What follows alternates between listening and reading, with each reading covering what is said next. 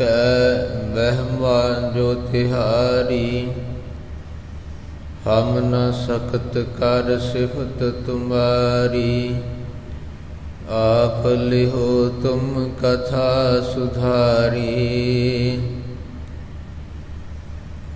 हम न सकत कर सिफत तुम्हारी।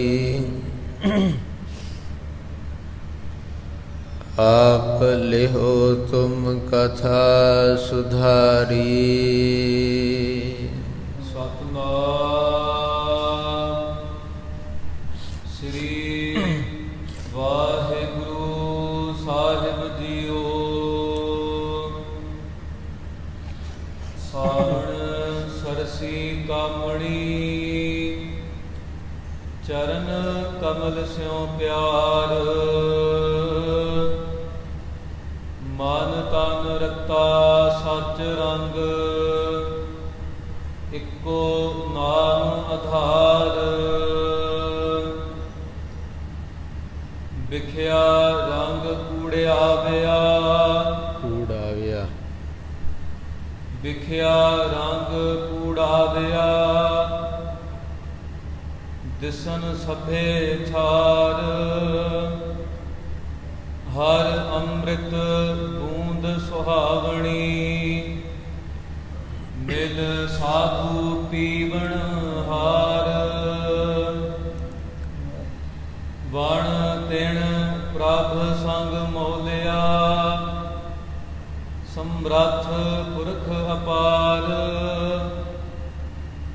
हर मिलणै नो मन लोचदा।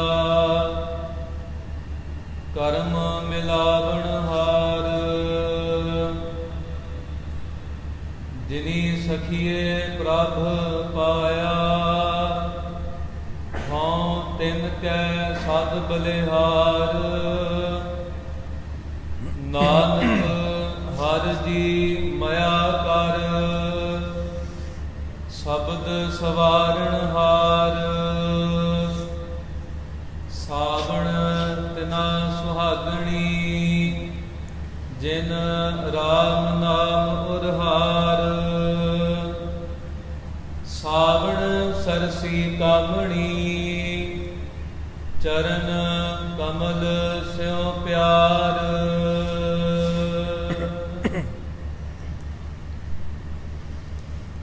वाहिगुरु जी का खालसा वाहिगुरु जी की फतेह।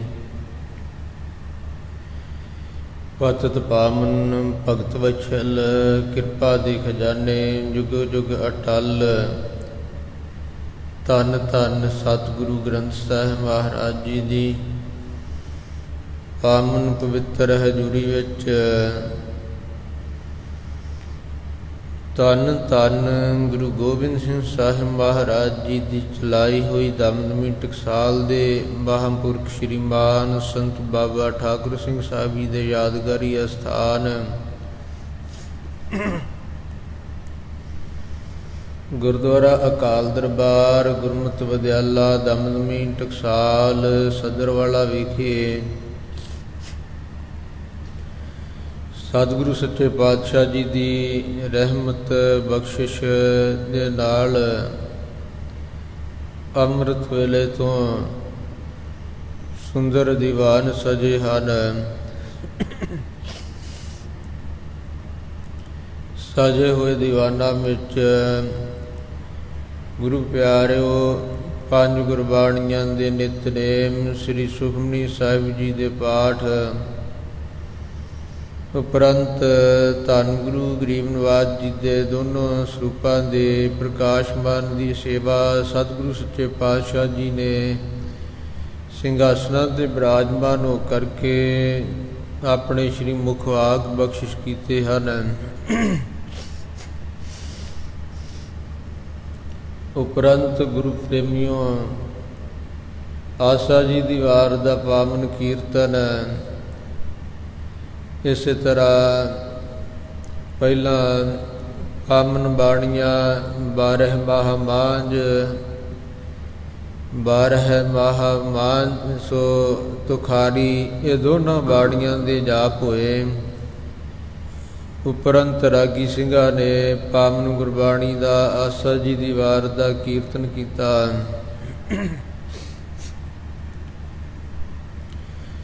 ਵਡਭਾਗੀ ਗੁਰਮੁਖਾਂ ਨੇ ਸਰਵਣ ਕਰਕੇ ਲਾਭ ਪ੍ਰਾਪਤ ਕੀਤਾ ਹੈ। ਆਓ ਗੁਰੂ ਪ੍ਰੇਮੀਓ, ਹੁਣ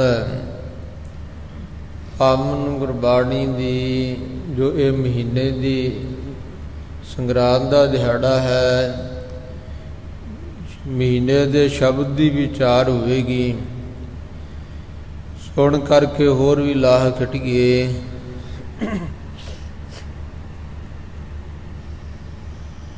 ਧੰਨ ਗੁਰੂ ਅਰਜਨ ਦੇਵ ਮਹਾਰਾਜ ਕਿਰਪਾ ਕਰਕੇ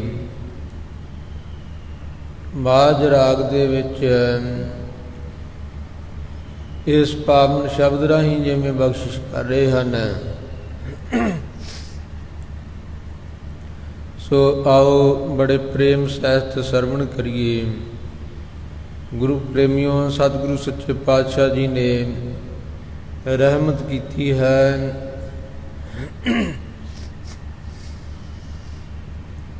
ਇਹ ਜੋ ਸ਼ੇਰ ਉੱਤਾ ਇਸ ਸਥਾਨ ਦੀਆਂ, ਜੋ ਇਲਾਕੇ ਦੀਆਂ ਜਾਂ ਦੇਸ਼ ਕਹਿ ਲਈਏ,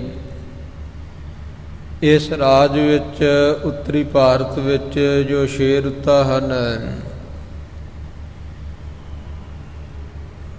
ਬਸੰਤ ਰੁੱਤ, ਗ੍ਰੀਖਮ, ਪਾਵਸ, ਸਰਦ, ਸਿਸਰ, ਹਿਮ ਤੇ ਸਿਸਰ, ਇਸ ਪ੍ਰਕਾਰ ਇਹ ਜੋ ਸ਼ੇਰ ਉੱਤਾ ਹਨ, ਇਹਨਾਂ ਵਿੱਚੋਂ ਗਰਮੀ ਦੀ ਰੁੱਤ ਜੋ ਹੈ ਨਾ, ਗ੍ਰੀਖਮ ਰੁੱਤ ਆ ਜੋ ਬਤੀਤ ਹੋ ਰਹੀ ਹੈ, ਇਹਦੇ ਵਿੱਚ ਬੜੀ ਭਾਰੀ ਗਰਮੀ ਪੈਂਦੀ ਹੈ। ਔਰ ਜੇਠ ਤੇ ਹਾੜ ਦਾ ਮਹੀਨਾ,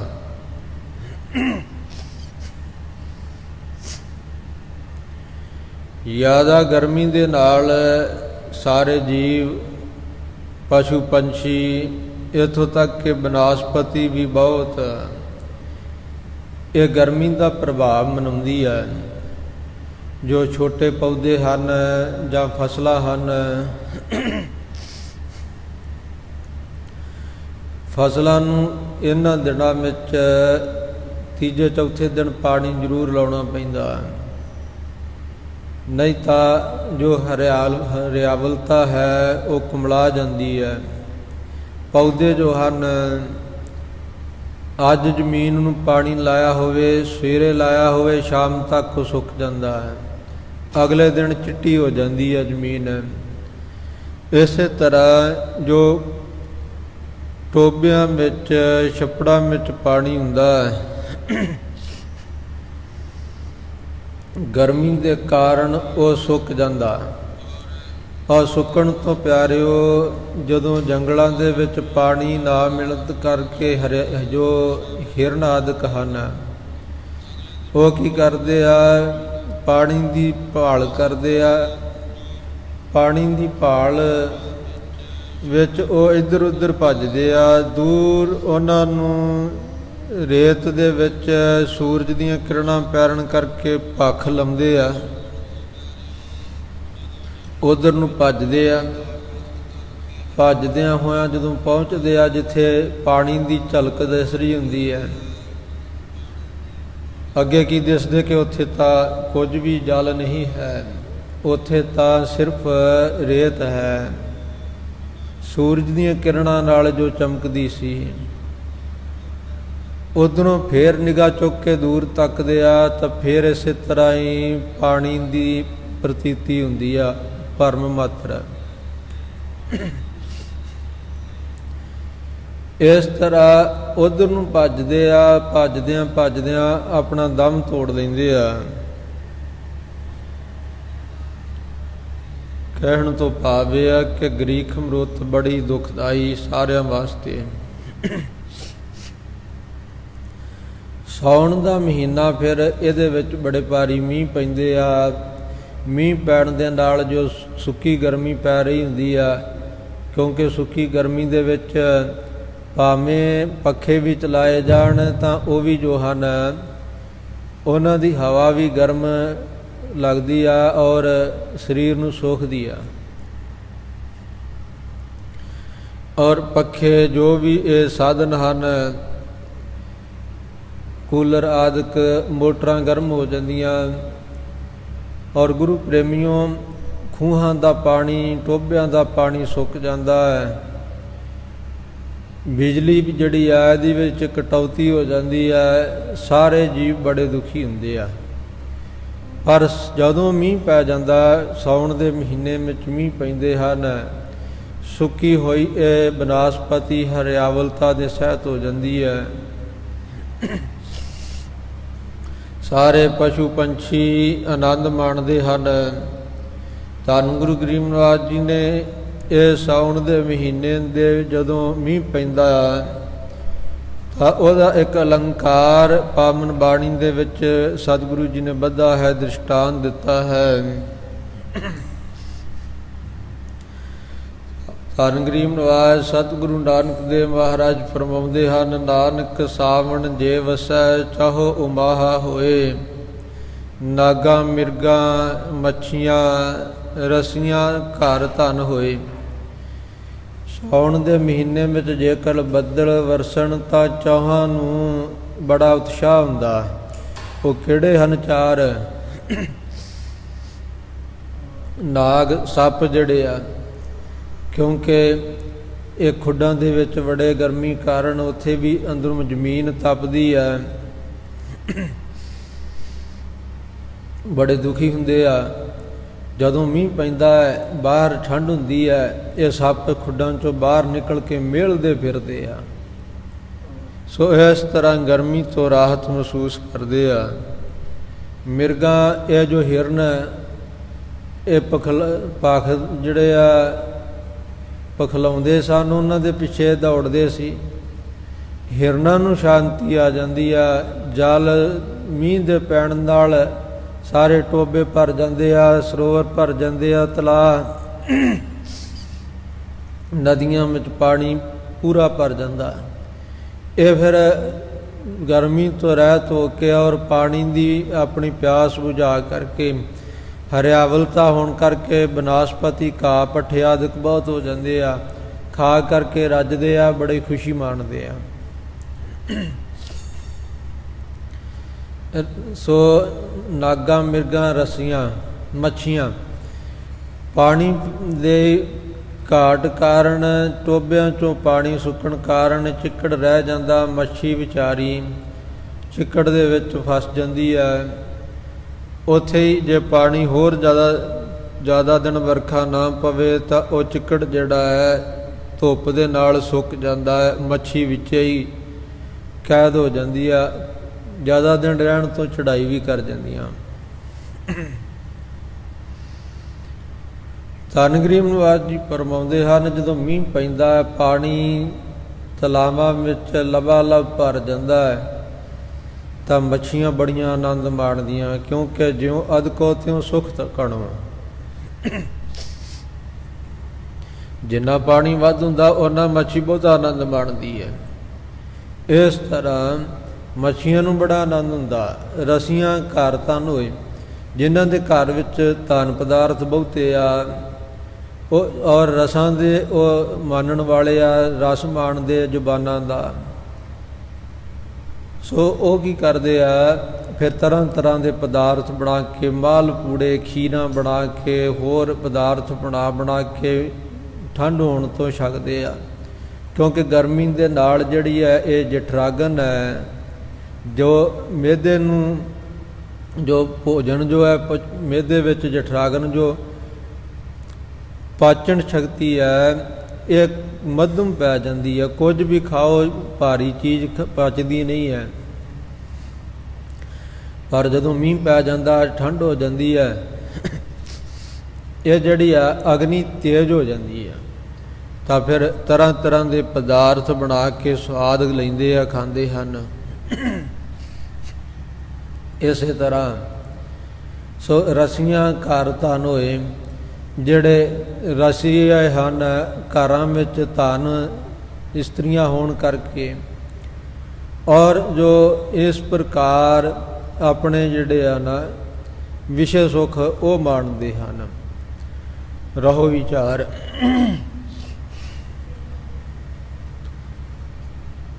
ਧੰਨ ਸਤਿਗੁਰੂ ਨਾਨਕ ਦੇਵ ਮਹਾਰਾਜ ਜੀ ਨੇ ਫਰਮਾਇਆ ਕਿ ਜੇ ਇਹ ਸਾਉਣ ਦਾ ਮਹੀਨਾ ਬੱਦਲ ਪਵੇ ਤਾਂ ਚੌਹਾਂ ਨੂੰ ਵਿਛੋੜਾ ਹੋ ਜਾਂਦਾ। ਉਹ ਕਿਹੜੇ ਆ? ਨਾਨਕ ਸਾਵਣ ਜੇ ਵਸੈ ਚਾਹੋ ਵਿਛੋੜਾ ਹੋਏ। ਸੋ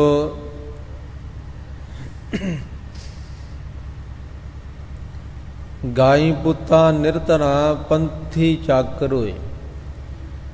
ਉਪਚਾਰ ਕਿਹੜਿਆ? ਗਾਈ ਦੇ ਪੁੱਤ ਬਲਦ ਹੁੰਦੇ ਸੀ। ਇਹਨਾਂ ਨੂੰ ਪਹਿਲਾਂ ਜਿੰਨਾ ਚਿਰ ਵਰਖਾ ਨਹੀਂ ਹੋਣੀ ਉਹਨਾਂ ਚਿਰ ਵਗ ਦੇ ਵਿੱਚ ਵੈੜਕਿਆਂ ਨੇ ਚਰਦੇ ਫਿਰਨਾ, ਔਰ ਜਦੋਂ ਮੀਂਹ ਪੈਣਾ ਤਾਂ ਇਹਨਾਂ ਨੂੰ ਵਗ ਚੋਂ ਕੱਢ ਕਰਕੇ ਤੇ ਕਿਸਾਨਾਂ ਨੇ ਜੋੜ ਲੈਣਾ। ਇਸ ਤਰ੍ਹਾਂ ਇਹਨਾਂ ਦਾ ਵਿਛੋੜਾ ਹੋ ਜਾਂਦਾ ਸੀ ਆਪਣੇ ਪਰਿਵਾਰ ਨਾਲੋਂ। ਸੋ ਗਾਈ ਪੁੱਤਾਂ ਨਿਰਤਨਾ, ਨਿਰਤਨ ਜਿਹੜੇ ਵਿਚਾਰੇ ਜਿਨ੍ਹਾਂ ਕੋਲ ਜੋ ਬਹੁਤਾ ਸਰਮਾਇਆ ਨਹੀਂ, ਕੰਗਾਲ ਹਨ, ਉਹੀ ਸਵੇਰੇ ਦਿਨੇ ਕਮਾਉਣਾ ਤੇ ਰਾਤ ਨੂੰ ਛਕਣਾ, ਰਾਤ ਨੂੰ ਲਿਆ ਕੇ ਪਰਿਵਾਰ ਨੂੰ ਦੇਣਾ ਛਕਾਉਣਾ, ਜੋ ਕਮਾਉਣਾ ਉਹੀ ਛਕਣਾ। ਉਹਨਾਂ ਵਿਚਾਰਿਆਂ ਨੂੰ ਬੜਾ ਔਖਾ ਹੋ ਜਾਂਦਾ। ਪੰਥੀ ਜਿਹੜੇ ਰਾਹੀ ਹਨ, ਰਸਤੇ ਵਿੱਚ ਜਾਣਾ ਅੱਜ ਕੱਲ੍ਹ ਵਾਂਗ GT ਰੋਡ ਨਹੀਂ ਸੀ ਬਣੇ, ਪੱਕੇ ਪੁਲ ਨਹੀਂ ਸਨ ਬਣੇ, ਔਰ ਮੋਟਰ ਗੱਡੀਆਂ ਇੰਨੀਆਂ ਸੰਚਾਰ ਦੇ ਜਿਹੜੇ ਆ ਇਹ ਸਾਧਨ ਨਹੀਂ ਸਨ ਆਵਾਜਾਈ ਦੇ, ਔਰ ਨਾ ਹੀ ਸੰਚਾਰ ਦੇ ਸਾਧਨ ਸਨ। ਰਹੋ ਵਿਚਾਰ ਇਸ ਤਰ੍ਹਾਂ ਮੀਂਹ ਪੈਣ ਨਾਲ ਕੱਚੇ ਰਾਹ ਵਿੱਚ ਖੋਬਾ ਹੋ ਜਾਣਾ, ਪੁਲ ਆਦਿਕ ਰੁੜ ਜਾਣੇ ਜੋ ਕੱਚੇ ਬਣਾਏ ਹੁੰਦੇ ਸੀ। ਕੋਈ ਸਤੇਰੀਆਂ ਆਦਿਕ ਸੁੱਟ ਕਰਕੇ, ਕੋਈ ਉੱਤੇ ਮਿੱਟੀ ਪਾ ਕਰਕੇ ਉਹ ਸਾਰੇ ਰੁੜ ਜਾਣੇ। ਬੜੇ ਦੁਖੀ ਹੁੰਦੇ ਸਨ। ਚਾਕਰ ਜਿਹੜੇ ਆ, ਜਿਵੇਂ ਸਾਉਣ ਦਾ ਮਹੀਨੇ ਵਿੱਚ ਇਹ ਮੀਂਹ ਪੈਣ ਤੋਂ ਜੋ ਧਨੀ ਪੁਰਖ ਸਨ ਉਹਨਾਂ ਨੇ ਆਪ ਤਾਂ ਘਰ ਵਿੱਚ ਬਹਿਣਾ, ਨੌਕਰ ਨੂੰ ਹੁਕਮ ਕਰ ਦੇਣਾ ਆ ਫਲਾਣਾ ਫਲਾਣੇ ਸਾਰੇ ਕੰਮ ਤੂੰ ਕਰਿਆ, ਇਹ ਸਾਰੇ ਕੰਮ ਕਰਕੇ ਮੇਰੇ ਕੋਲ ਆ। ਸੋ ਇਸ ਪ੍ਰਕਾਰ ਉਹਨੂੰ ਵਿਚਾਰੇ ਨੂੰ ਮੀਂਹ ਦੇ ਵਿੱਚ ਕੰਮ ਲਾਈ ਰੱਖਣਾ।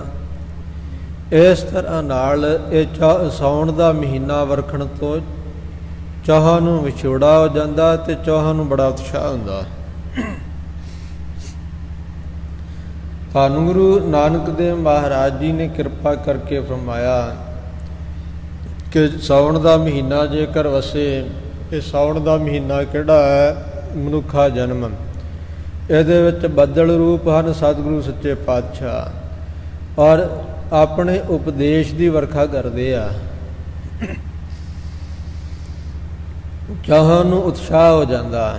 ਨਾਗਾਂ ਨੂੰ ਜਿਹੜੇ ਉਪਦੇਸ਼ ਨੂੰ ਸੁਣਨ ਵਾਲੇ ਹਨ, ਰਸੀਏ ਹਨ, ਨਾਗਣ ਜਿਹੜੀ ਹੈ ਨਾ, ਇਹ ਸਭ ਤੋਂ ਵੱਧ ਇਹ ਜਿਹੜਾ ਨਾ ਕੰਨਾਂ ਦੇ ਨਾਲ ਇਹ ਸ਼ਬਦ ਦਾ ਆਨੰਦ ਮਾਣਦਾ।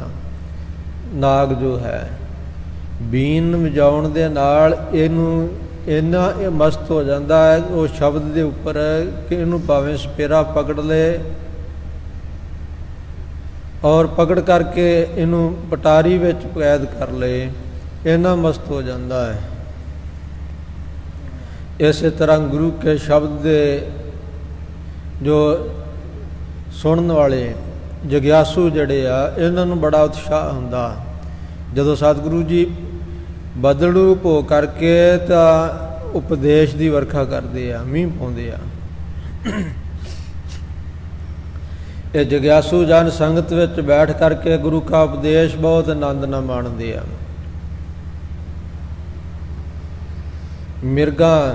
ਮਿਰਗ ਦੀ ਤਰ੍ਹਾਂ ਬਾਨਪ੍ਰਸਤੀ, ਜਿਹੜੇ ਪਰਿਵਾਰ ਨੂੰ ਛੱਡ ਕੇ ਤੇ ਪਰਿਵਾਰ ਦੇ ਮੋਹ ਨੂੰ ਤਿਆਗ ਕਰਕੇ ਚਾਹੁੰਦੇ ਆ ਕਿ ਅਸੀਂ ਪਰਮੇਸ਼ਰ ਦੀ ਪ੍ਰਾਪਤੀ ਦੇ ਰਸਤੇ 'ਤੇ ਚੱਲਣਾ। ਉਹਨਾਂ ਨੂੰ ਬੜਾ ਉਤਸ਼ਾਹ ਹੁੰਦਾ ਕਿ ਸਤਿਗੁਰੂ ਮਹਾਰਾਜ ਜੀ ਨੇ ਸਾਨੂੰ ਇਹ ਰਸਤੇ 'ਤੇ ਚੱਲਣ ਦਾ ਸੋ ਸਾਨੂੰ ਇਹ ਗਿਆਨ ਬਖਸ਼ਿਸ਼ ਕੀਤਾ। ਉਹ ਫਿਰ ਭਾਵ ਭਗਤੀ ਦੇ ਮਾਰਗ ਤੇ ਚੱਲਦੇ ਹਨ। ਮੱਛੀਆਂ ਦੀ ਤਰ੍ਹਾਂ ਜੋ ਨਾਮ ਜਲ ਦੇ ਪ੍ਰੇਮੀ ਆ, ਜਿਵੇਂ ਮੱਛੀ ਇੱਕ ਖਿਣ ਵੀ ਜਲ ਤੋਂ ਵਿਛੜ ਕੇ ਰਹਿ ਨਹੀਂ ਸਕਦੀ, ਇਸ ਪ੍ਰਕਾਰ ਗੁਰੂ ਸੱਚੇ ਪਾਤਸ਼ਾਹ ਜੀ ਦੇ ਨਾਮ ਤੋਂ ਬਿਨਾਂ ਜਿਨ੍ਹਾਂ ਦਾ ਰਹਿਣਾ ਬੜਾ ਔਖਾ ਹੈ।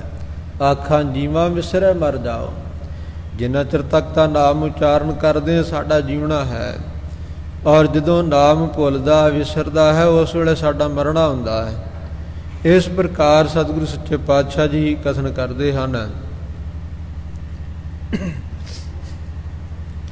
ਰਸੀਆਂ ਘਰ ਤਨ ਹੋਏ, ਰਸਿਕ ਜਿਹੜੇ ਆ ਨਾਮ ਰਸੀਏ, ਨਾਮ ਦੇ ਸੋ ਗਿਆਤੇ ਹਨ, ਰਸ ਮੰਨਣ ਵਾਲੇ ਹਨ, ਜਿਨ੍ਹਾਂ ਦੇ ਹਿਰਦੇ ਰੂਪੀ ਪੱਲੇ ਵਿੱਚ ਨਾਮ ਰੂਪੀ ਧਨ ਹੈ। ਉਹ ਸਤਿਗੁਰੂ ਸੱਚੇ ਪਾਤਸ਼ਾਹ ਜੀ ਦੇ ਉਪਦੇਸ਼ ਨੂੰ ਸੁਣ ਕੇ ਕਿ ਨਾਮ ਨੂੰ ਪ੍ਰਾਪਤ ਕਰਕੇ ਤੇ ਸੰਭਾਲਣਾ ਕਿਵੇਂ ਆ। ਕਿਉਂਕਿ ਗੁਰੂ ਪਿਆਰਿਓ ਬਹੁਤੀ ਵਾਰੀ ਇਸ ਤਰ੍ਹਾਂ ਹੁੰਦਾ ਕਿ ਵਸਤੂ ਤਾਂ ਪ੍ਰਾਪਤ ਹੋ ਜਾਂਦੀ, ਪਰ ਉਹ ਸੰਭਾਲਣ ਨਾ ਕਰਕੇ ਪ੍ਰਾਪਤ ਹੋਣੀ ਔਖੀ ਨਹੀਂ, ਸੰਭਾਲਣੀ ਔਖੀ ਹੈ। ਉਹ ਫਿਰ ਉਸੇ ਤਰ੍ਹਾਂ ਖਾਲੀ ਰਹਿ ਜਾਂਦੀ ਆ। ਇਸ ਤਰ੍ਹਾਂ ਸਤਿਗੁਰੂ ਸੱਚੇ ਪਾਤਸ਼ਾਹ ਜੀ ਜਿਵੇਂ ਉਪਦੇਸ਼ ਬਖਸ਼ਿਸ਼ ਕਰਕੇ ਕਿ ਇਹ ਵਸਤੂ ਨੂੰ ਸੰਭਾਲਣਾ ਕਿਵੇਂ ਬਖਸ਼ਿਸ਼ ਦੱਸਦੇ ਹਨ, ਇਹ ਸੁਣ ਕਰਕੇ ਨਾਮ ਰਸੀਏ ਬੜੇ ਉਤਸ਼ਾਹਿਤ ਹੁੰਦੇ ਆ। ਚਾਹਾਂ ਨੂੰ ਬੜਾ ਵਿਛੋੜਾ ਹੋ ਜਾਂਦਾ। ਉਹ ਕਿਹੜੇ ਆ? ਗਾਈ ਪੁੱਤਾ, ਗਾਈ ਪੁੱਤਾ ਇਹ ਬਲਦ ਦੀ ਤਰ੍ਹਾਂ ਜੋ ਆਲਸੀ ਹਨ, ਨਿਰਧਨਾ, ਜਿਨ੍ਹਾਂ ਦੇ ਕੋਲ ਸ਼ੁਭ ਗੁਣਾ ਰੂਪੀ ਧਨ ਨਹੀਂ ਹੈ। ਉਹ ਔਗੁਣਾਂ ਵਾਲੇ ਸਤਿਗੁਰੂ ਜੀ ਦਾ ਜਦੋਂ ਉਪਦੇਸ਼ ਸੁਣਦੇ ਆ ਬੜਾ ਉਹਨਾਂ ਨੂੰ ਇਹ ਵਿਛੋੜਾ ਹੋ ਜਾਂਦਾ ਹੈ।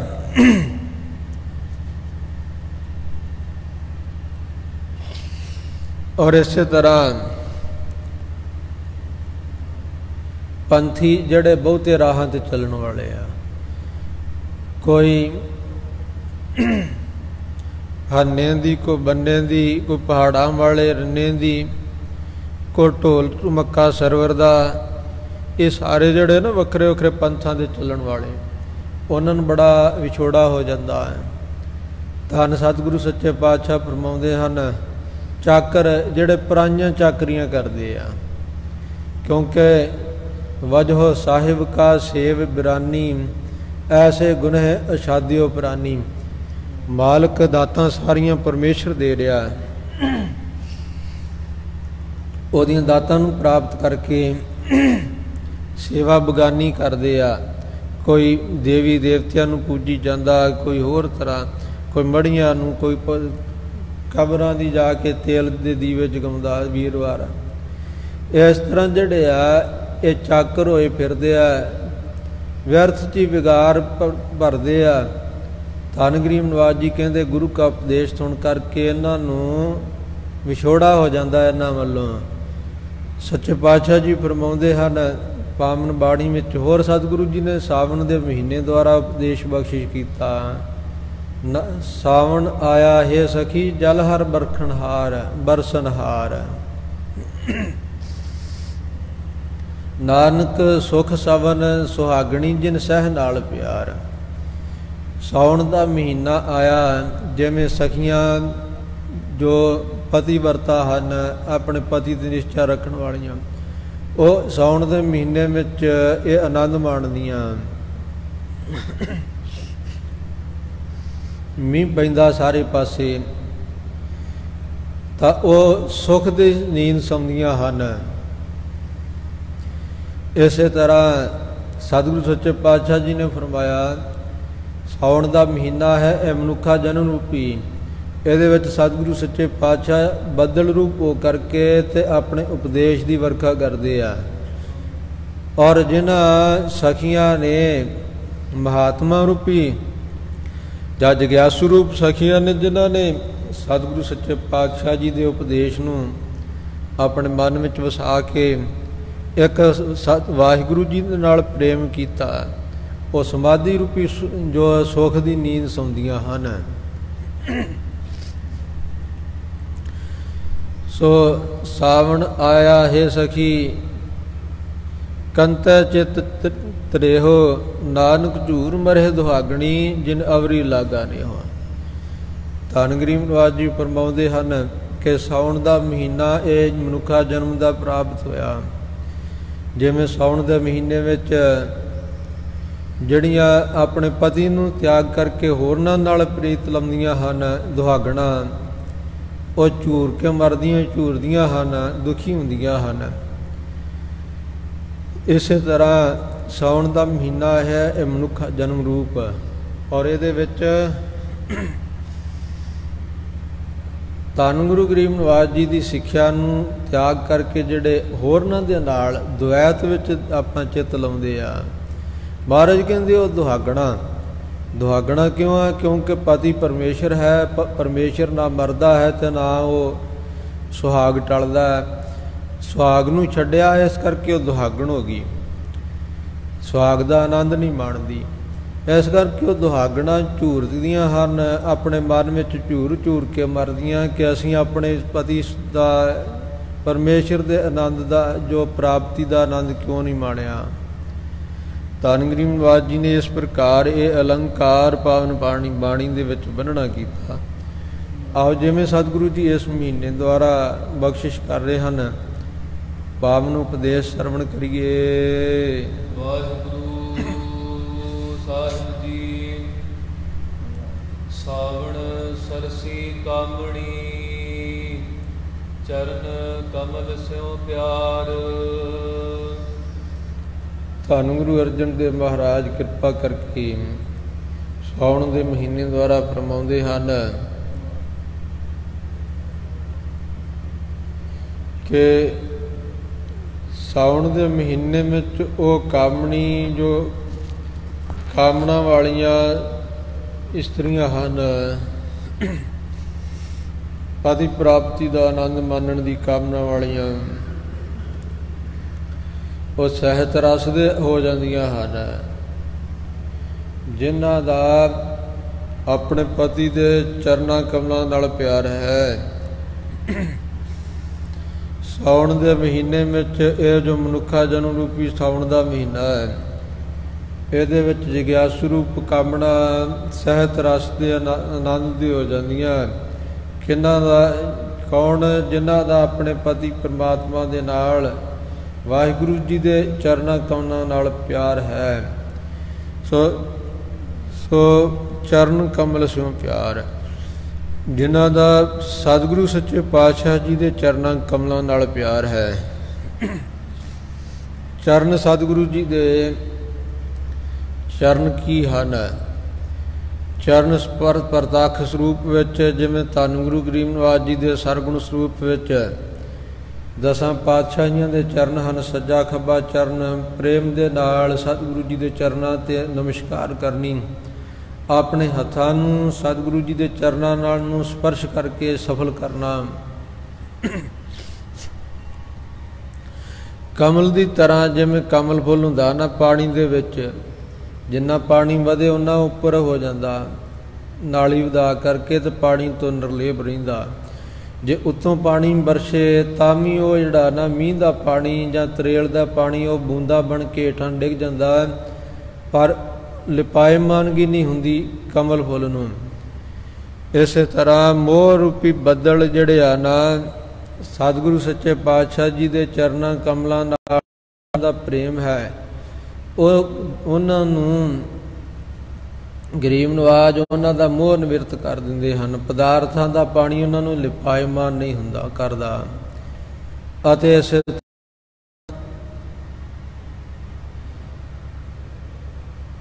ਜੋ ਉੱਪਰੋਂ ਤਰੇਲ ਪੈਂਦੀ ਆ, ਮੀਂਹ ਪੈਂਦਾ ਹੈ, ਉਹ ਵੀ ਉਹਨਾਂ ਨੂੰ ਛੂੰਹਦਾ ਨਹੀਂ ਹੈ।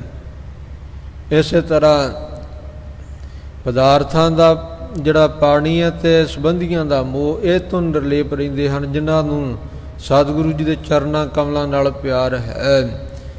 ਸਤਿਗੁਰੂ ਜੀ ਦੇ ਚਰਨ ਕਿਹੜੇ ਹਨ? ਚਿੱਤ ਚਰਨ ਨਾਮ, ਸੋ ਸ਼ਬਦ ਰੂਪ ਵਿੱਚ, ਨਿਰਗੁਣ ਰੂਪ ਵਿੱਚ ਪਰਮੇਸ਼ਰ ਦੇ ਨਾਮ ਰੂਪੀ ਚਰਨ ਹਨ, ਜਿਨ੍ਹਾਂ ਦਾ ਸਤ ਵਾਹਿਗੁਰੂ ਜੀ ਦੇ ਚਰਨ ਕਮਲ ਨਾਮ ਰੂਪੀ ਚਰਨਾਂ ਨਾਲ ਪਿਆਰ ਹੈ ਨਾ, ਉਹ ਇਸ ਮਨੁੱਖਾ ਜਨਮ ਰੂਪੀ ਸਾਉਣ ਦੇ ਮਹੀਨੇ ਵਿੱਚ ਸਹਿਤ ਰਸਦੇ ਹੁੰਦੇ ਬਹੁਤ ਆਨੰਦ ਮਾਣਦੇ ਆ।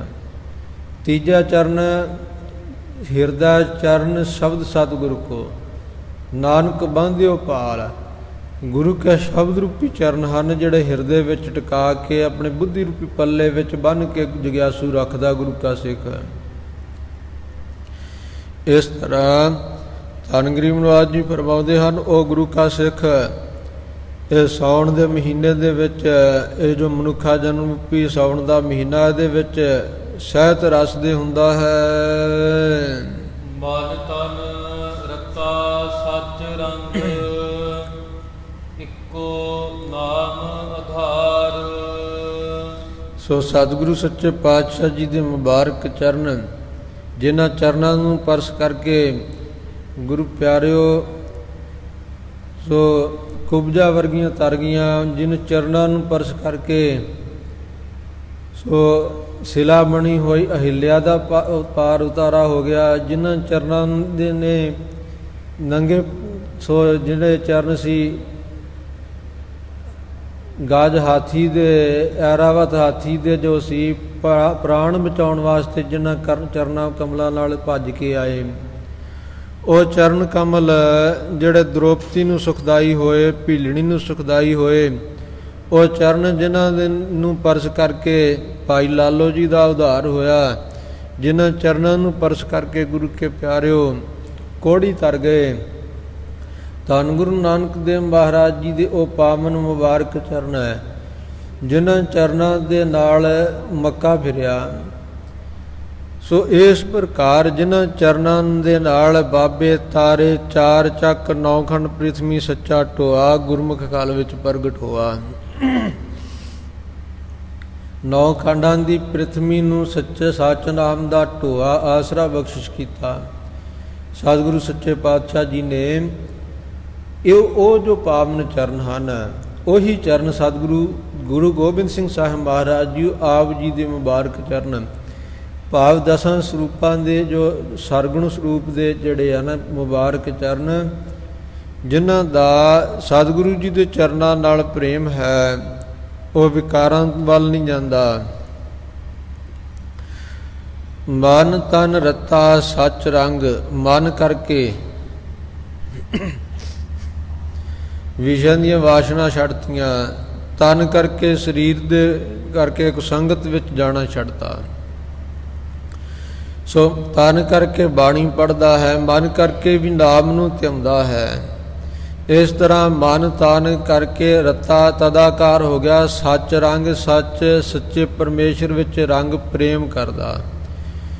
ਸੋ ਇੱਕੋ ਨਾਮ ਆਧਾਰ, ਇੱਕ ਵਾਹਿਗੁਰੂ ਦੇ ਨਾਮ ਦਾ ਆਸਰਾ ਲਿਆ ਹੈ ਉਸ ਗੁਰੂ ਕੇ ਸਿੱਖ ਨੇ, ਕਿਉਂਕਿ ਗੁਰੂ ਕੇ ਪਿਆਰਿਓ ਇਹ ਕਲਯੁਗ ਦੇ ਵਿੱਚ ਇੱਕ ਨਾਮ ਦੀ ਹੀ ਰੁੱਤ ਹੈ, ਨਾਮ ਦੀ।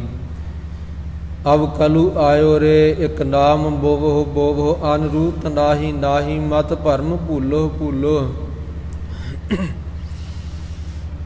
ਇਸ ਕਰਕੇ ਕਲਯੁਗ ਦਾ ਜੋ ਸਮਾਂ ਆਇਆ ਹੈ, ਇਹਦੇ ਵਿੱਚ ਇੱਕ ਨਾਮ ਦੀ ਰੁੱਤ ਹੈ। ਨਾਮ ਦਾ ਬੀਜ ਬੀਜਣਾ ਕਰੋ ਆਪਣੀ ਹਿਰਦੇ ਰੂਪੀ ਧਰਤੀ ਵਿੱਚ, ਬੁੱਧੀ ਰੂਪ ਧਰਤੀ ਦੇ ਵਿੱਚ ਇੱਕ ਨਾਮ ਦਾ ਬੀਜ ਬੋਵੋ। ਨਾਮ ਜਿਹੜਾ ਨਾ ਇਹੀ ਪ੍ਰਫੁੱਲਤ ਹੋਣਾ, ਕਿਉਂਕਿ ਆਨ ਰੁੱਤੀ ਆਨ ਬੋਈਐ, ਸੋ ਫਲ ਨ ਫੁੱਲੇ ਤਾਹੇ। ਹੋਰ ਰੁੱਤ ਦੇ ਵਿੱਚ ਹੋਰ ਬੀਜ ਬੀਜਿਆ ਜਾਵੇ ਤੇ ਉਹਨੂੰ ਨਾ ਤਾਂ ਉਹ ਅੰਕੁਰ ਪੈਦਾ ਹੁੰਦਾ ਤੇ ਨਾ ਉਹ ਪੌਦਾ ਵੱਡਾ ਹੋ ਕੇ ਫਲ ਨੂੰ ਫੁੱਲ ਲੱਗਦੇ, ਨਾ ਫਲੀਆਂ। ਸੋ ਇਸ ਕਰਕੇ ਕਰੁੱਤਾ ਬੀਜ ਬੀਜੇ ਨਹੀਂ ਜਾਮੈ, ਸਭ ਲਾਹਾ ਮੂਲ ਗਵਾਇਦਾ। ਸੋ ਰੁੱਤ ਤੋਂ ਰਹਿਤ ਜਿਹੜਾ ਬੇਮੌਸਮਾ ਬੀਜ ਬੀਜਿਆ ਨਾ, ਉਹ ਪੈਦਾ ਨਹੀਂ ਹੁੰਦਾ, ਉਹ ਜੰਮਦਾ ਨਹੀਂ। ਇਸ ਕਰਕੇ ਜਿਹੜਾ ਕਰੁੱਤਾ ਬੀਜ ਬੀਜਦਾ ਨਾ ਰੁੱਤ ਤੋਂ ਰਹਿਤ ਹੈ, ਉਹਨੂੰ ਲਾਭ ਦਾ ਕੀ ਹੋਣਾ, ਉਹਦਾ ਪਹਿਲਾ ਮੂਲ ਵੀ ਗਵਾਚ ਜਾਂਦਾ। ਇਸੇ ਤਰ੍ਹਾਂ ਇਹ ਨਾਮ ਦੀ ਰੁੱਤ ਹੈ। ਸਤਿਯੁਗ ਸਤ ਤੇਤਾ ਜਾਗੀ, ਦੁਆਪਰ ਪੂਜਾ ਚਾਰ, तीनों युग तीनों ਜਿਹੜੇ ਕਲ ਕੇਵਲ ਨਾਮ ਆਧਾਰ। ਸਤਿਯੁਗ ਦੇ ਵਿੱਚ 7 ਰਾਗ ਪ੍ਰਤੱਖੀ ਹੁੰਦੇ ਸਨ ਲੋਕ, ਤ੍ਰੇਤੇ ਦੇ ਵਿੱਚ ਜਗ ਕਰਦੇ ਸੀ, ਦੁਆਪਰ ਵਿੱਚ ਪੂਜਾ ਆਚਾਰ ਕਰਦੇ ਸਨ। ਪਰ ਉਹ ਜਿਹੜੇ ਧਰਮ ਸੀ ਉਹਨਾਂ ਯੁੱਗਾਂ ਦੇ ਸੀ। ਕਲ ਯੁੱਗ ਦੇ ਵਿੱਚ ਤਾਂ ਸਤਿਗੁਰੂ ਜੀ ਫਰਮਾਉਂਦੇ ਇੱਕ ਨਾਮ ਦੀ ਰੁੱਤ ਹੈ, ਇੱਕ ਨਾਮ ਦਾ ਹੀ ਆਸਰਾ ਹੈ। ਇਸ ਕਰਕੇ ਗੁਰੂ ਪ੍ਰੇਮੀਓ ਨਾਮ ਜਪੋ, ਨਾਮ ਹੀ ਤਾਰਨ ਵਾਲਾ ਹੈ। ਧੰਨ ਗੁਰੂ ਗਰੀਬ ਨਿਵਾਸ ਜੀ ਫਰਮਾਉਂਦੇ ਹਨ, ਇਸ ਪ੍ਰਕਾਰ ਜਿਹੜੇ ਇਹ ਜਾਣ ਕਰਕੇ ਕਿ ਨਾਮ ਹੀ ਤਾਰਨ ਵਾਲਾ ਹੈ, ਉਹਨਾਂ ਨੇ ਇੱਕ ਨਾਮ ਦਾ ਆਸਰਾ ਲਿਆ ਹੈ। ਬਾਕੀ ਸਾਰੇ ਕਰਮ ਕਾਂਡਾਂ ਤੋਂ ਮਨ ਨੂੰ ਜੋ ਹੋਰ ਪਖੰਡ ਧਾਰਨੇ ਹਨ, ਪਖੰਡ ਸਹਿਤ ਧਰਮ ਅਪਣਾਉਣੇ ਆ ਕਿ ਮੈਂ ਆ ਜੁੱਤੀ ਨਹੀਂ ਪਹਿਨਦਾ, ਇਹ ਮੈਂ ਧਰਮ ਰੱਖ ਲਿਆ, ਆ ਮੈਂ ਸੋ ਅੱਜ ਤੋਂ ਮੈਂ ਪ੍ਰਸ਼ਾਦਾ ਨਹੀਂ ਛਕਣਾ, ਮੈਂ ਇਕੱਲਾ ਫਲਹਾਰ ਕਰਿਆ ਕਰਨਾ, ਫਲੋ ਹਰੀ ਹੋ ਜਾਣਾ। ਇਸ ਪ੍ਰਕਾਰ ਜਿਹੜੇ ਇਹ ਪਖੰਡ ਦੇ ਧਰਮ ਆ, ਕਿਉਂਕਿ ਪ੍ਰਸ਼ਾਦਾ ਛੱਡਣ ਦੇ ਨਾਲ, ਅੰਨ ਤਿਆਗ ਕਰਨ ਦੇ ਨਾਲ ਪਰਮੇਸ਼ਰ ਦੀ ਪ੍ਰਾਪਤੀ ਨਹੀਂ।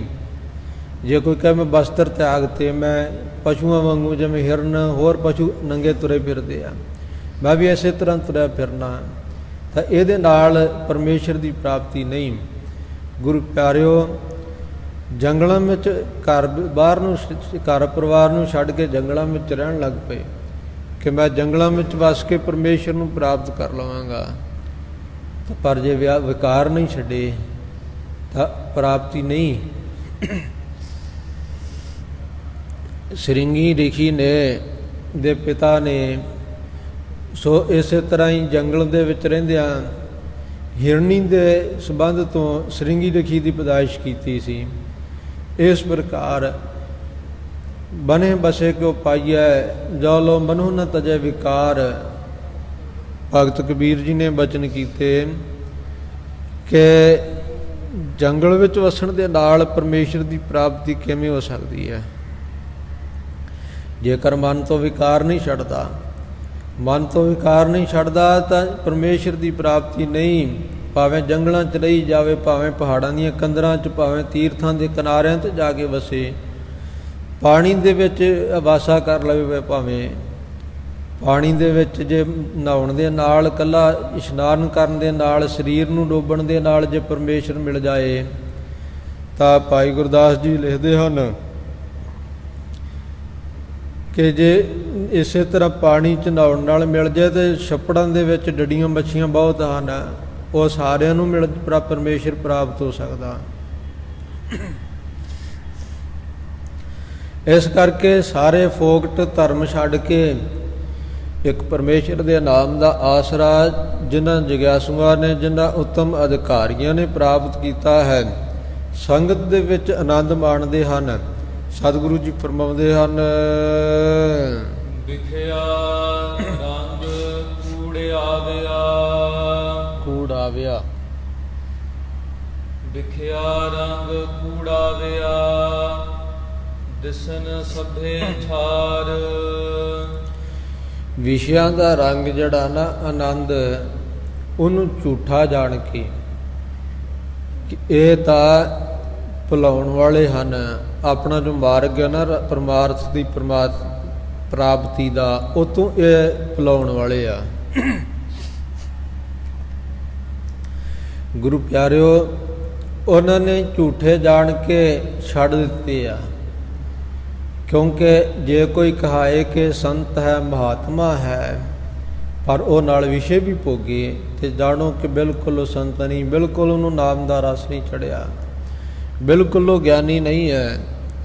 ਕਿਉਂਕਿ ਇਹ ਜਿਹੜੇ ਵਿਸ਼ੇ ਆ ਨਾ, ਇਹਨਾਂ ਨੂੰ ਸੰਤ ਮਹਾਤਮਾ ਇਹਨਾਂ ਤੋਂ ਡਰਦੇ ਰਹਿੰਦੇ ਆ। ਵਿਸ਼ੇਈ ਪੁਰਸ਼ਾਂ ਦੀ ਸੰਗਤ ਨਹੀਂ ਕਰਦੇ, ਔਰ ਵਿਸ਼ਿਆਂ ਦੀ ਕੁਸੰਗਤ ਕਰਨ ਤੋਂ ਜਗਿਆਸੂਆਂ ਨੂੰ ਵੀ ਉਪਦੇਸ਼ ਦਿੰਦੇ ਕਿ ਮਤਾ ਜਾਣਾ ਉਹਨਾਂ ਦੇ ਵਿੱਚ, ਸਾਖਤਾਂ ਦੀ ਸੰਗਤ ਵਿੱਚ ਨਹੀਂ ਜਾਣਾ। ਕਬੀਰ ਸਾਖਤ ਸੰਗ ਨਾ ਕੀਜੀਐ, ਦੂਰਹਿ ਜਾਈਐ ਭਾਗ, ਬਾਸਨ ਕਾਰੋ ਪਰਸੀਐ ਤਉ ਕਛ ਲਾਗੈ ਦਾਗ। ਇਹ ਸਾਖਤਾਂ ਦੀ ਔਰ ਵਿਸ਼ਿਆਂ ਦੀ ਸੰਗਤ ਕਰਨ ਜਿਹੜੀ ਆ ਕਦੀ ਵੀ ਨਹੀਂ ਕਰਨੀ ਭਾਈ। ਦੂਰੋਂ ਹੀ ਵੇਖ ਕੇ ਉਹਨਾਂ ਤੋਂ ਭੱਜ ਜਾਓ, ਇਹ ਨਾ ਹੋ ਕਿ ਨੇੜੇ ਹੋ ਕੇ ਵੇਖੀਏ ਤੁਸੀਂ ਕੀ ਕਰ ਰਹੇ ਆ, ਪਰਖਣ ਦਾ ਯਤਨ ਕਰੀਏ ਜਾਂ ਉਹਨੂੰ ਟੋਹਣ ਦਾ ਯਤਨ ਕਰੀਏ। ਭਗਤ ਜੀ ਫਰਮਾਉਂਦੇ ਇਹ ਹਾਲਤ ਬਣੇਗੀ ਜਿਵੇਂ ਕਾਲਾ ਬਰਤਨ, ਜਿਹਨੂੰ ਜੋ ਕਾਲਾ ਤਵਾ ਹੀ ਲੈ ਲਓ, ਕੋਈ ਬਰਤਨ ਜੋ ਧੂਏਂ ਦੇ ਨਾਲ ਕਾਲਾ ਹੋਇਆ ਹੈ, ਉਹ ਜੋ ਹੈ ਉਹਨੂੰ ਚਿੱਟਾ ਬਸਤਰ ਸੂਝ ਜਾਏ ਤੇ ਉਹਨੂੰ ਚਿੱਟੇ ਬਸਤਰ ਨੂੰ ਜ਼ਰੂਰ ਦਾਗ ਲੱਗ ਜਾਏਗਾ। ਇਸੇ ਤਰ੍ਹਾਂ ਵਿਸ਼ਿਆਂ ਦੀ ਸੰਗਤ, ਸਾਖਤਾਂ ਦੀ ਕੁਸੰਗਤ ਤੋਂ ਬਚ ਕੇ ਰਹਿਣਾ, ਨੇੜੇ ਨਹੀਂ ਜਾਣਾ।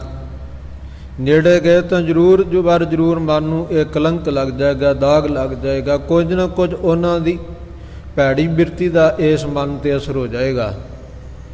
ਇਸ ਕਰਕੇ ਵਿਸ਼ੇ ਅਸੰਤ ਕਰੰਤ, ਵਿਸ਼ੇ ਜਿਹੜੇ ਆ ਨਾ ਉਹ ਤਾਂ ਅਸੰਤ ਕਰ ਦਿੰਦੇ ਆ, ਸੰਤ ਪੁਣੇ ਤੋਂ ਡਿੱਗ ਦਿੰਦੇ ਹਨ। ਇਸ ਕਰਕੇ ਸੰਤ ਮਹਾਤਮਾ ਸਦਾ ਇਹਨਾਂ ਤੋਂ ਵਿਸ਼ਿਆਂ ਤੋਂ ਪਰਾਂ ਰਹਿੰਦੇ ਹਨ।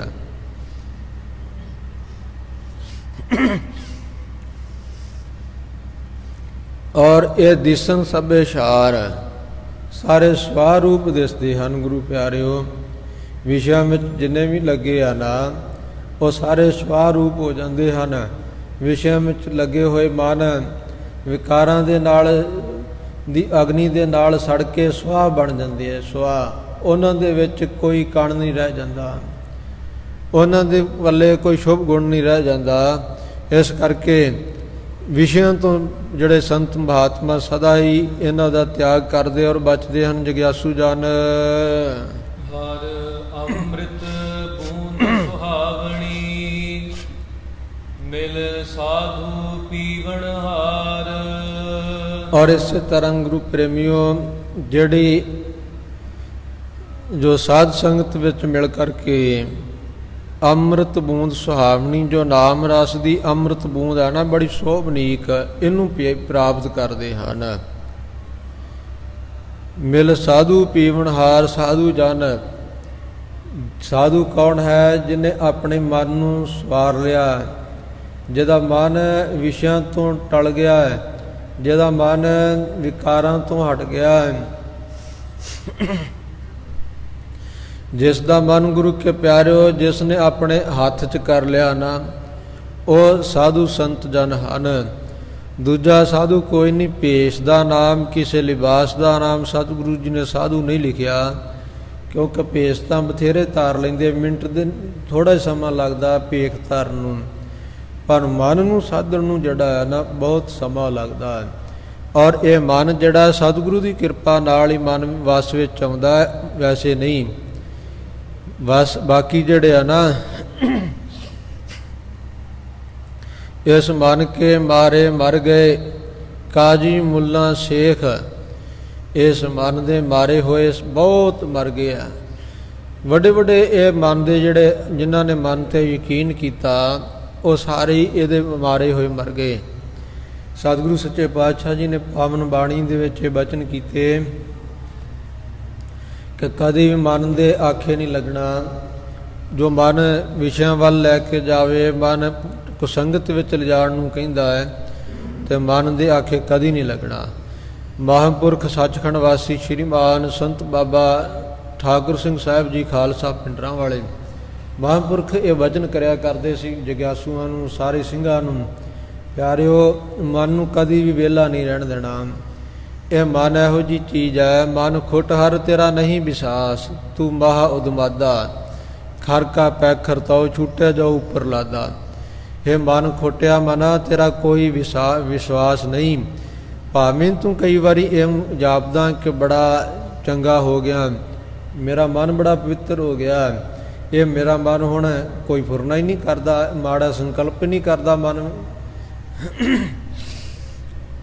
ਮਨ ਬੜਾ ਚੰਗਾ ਹੋ ਗਿਆ। ਪਰ ਫਿਰ ਵੀ ਮਨ ਦਾ ਵਿਸ਼ਵਾਸ ਨਹੀਂ ਕਰਨਾ, ਕਿਉਂਕਿ ਇਹ ਮਨ ਇਹੋ ਜਿਹਾ ਹੈ ਜਿਵੇਂ ਜਿਹੜਾ ਖੁੱਟਹਰ ਖਰ ਜਿਹੜਾ ਹੁੰਦਾ ਨਾ, ਖਰ, ਇਹ ਕਹਿੰਦੇ ਵਿਦਵਾਨ ਜਨ ਦੱਸਦੇ, ਕਹਿੰਦੇ ਜੋ ਖੱਚਰ ਦੇ ਪੇਟੋਂ ਜਿਹੜਾ ਉਹ ਪੇਟ ਪਾੜ ਕੇ ਉਹਦਾ ਜਨਮ ਲੈਂਦਾ ਹੈ, ਗਧਾ, ਖੱਚਰ ਦਾ ਬੱਚਾ, ਔਰ ਉਹ ਇਹੋ ਜਿਹਾ ਹੁੰਦਾ, ਕਹਿੰਦੇ ਉਹਦੇ ਉੱਪਰ ਜਦੋਂ ਛੱਟ ਲਾਦੇ ਆ ਨਾ, ਇੱਟਾਂ ਰੱਖ ਲੈਂਦੇ 4 ਉਹਦੇ ਪੌੜਾਂ ਹੇਠਾਂ, ਪੈਰਾਂ ਹੇਠਾਂ, ਔਰ ਉੱਤੇ ਪਾਰ ਲੱਦੀ ਜਾਂਦੇ। ਜਦੋਂ ਪਾਰ ਦੇ ਨਾਲ ਇੱਟਾਂ ਟੁੱਟ ਜਾਣਾ ਤੇ ਇਸ ਪ੍ਰਕਾਰ ਫਿਰ ਉਹਦਾ ਭਾਰ ਪੂਰਾ ਹੋਇਆ ਮੰਨਦੇ ਆ, ਫਿਰ ਉਹਦੇ ਪੈਂਖੜ ਜਿਹੜੇ ਆ ਨਾ ਪੈਰਾਂ 'ਚੋਂ ਲਾਉਂਦੇ ਆ। ਇਸ ਤਰ੍ਹਾਂ ਇਹ ਮਨ ਨੂੰ ਖਾਲੀ ਨਹੀਂ ਛੱਡਣਾ, ਇਹ ਖਰ ਦੀ ਤਰ੍ਹਾਂ ਹੈ।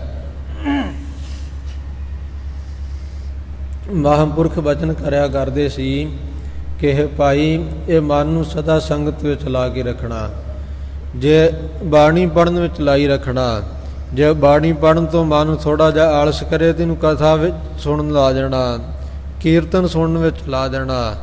ਜੇ ਇੱਧਰੋਂ ਵੀ ਥੋੜ੍ਹਾ ਜਿਹਾ ਆਰਾਮ ਚਾਹੇ ਤਾਂ ਫਿਰ ਸੰਗਤ ਵਿੱਚ, ਸੇਵਾ ਵਿੱਚ ਲਾ ਦੇਣਾ। ਇਹਨੂੰ ਕਦੀ ਵਿਹਲਾ ਨਹੀਂ ਛੱਡਣਾ। ਇਹ ਵਿਹਲਾ ਮਨ ਜਿਹੜਾ ਨਾ, ਆਮ ਹੀ ਸਿਆਣਿਆਂ ਦੀ ਕਹਾਵਤ ਹੈ ਕਿ ਵਿਹਲਾ ਮਨ ਜਿਹੜਾ ਇਹ ਸ਼ੈਤਾਨ ਦਾ ਘਰ ਹੁੰਦਾ। ਇਸ ਕਰਕੇ ਮਨ ਨੂੰ ਕਦੀ ਵੀ ਵਿਹਲਾ ਨਹੀਂ ਛੱਡਣਾ। ਮਨ ਨੂੰ ਕਦੀ ਬਾਣੀ ਪੜ੍ਹਨ ਵਿੱਚ ਲਾ ਦੇਣਾ, ਕਦੀ ਕੀਰਤਨ ਸੁਣਨ ਵਿੱਚ, ਕਦੀ ਕਥਾ ਵਿੱਚ, ਗੁਰੂ ਦੇ ਉਪਦੇਸ਼ ਦੇ ਨਾਲ ਲਾ ਕਰਕੇ ਮਨ ਨੂੰ ਸਦਾ ਰੱਖਣਾ। ਇਹਦੇ 'ਤੇ ਵਿਸ਼ਵਾਸ ਨਹੀਂ ਕਰਨਾ। ਵਿਸ਼ਵਾਸ ਕਿੱਥੋਂ ਤੱਕ ਨਹੀਂ ਕਰਨਾ? ਜਿੰਨਾ ਚਿਰ ਤੱਕ ਆਪਣੇ ਪ੍ਰਾਣ ਹਨ। ਗੁਰੂ ਪਿਆਰਿਓ, ਇੱਕ ਮਹਾਂਪੁਰਖ ਸਨ,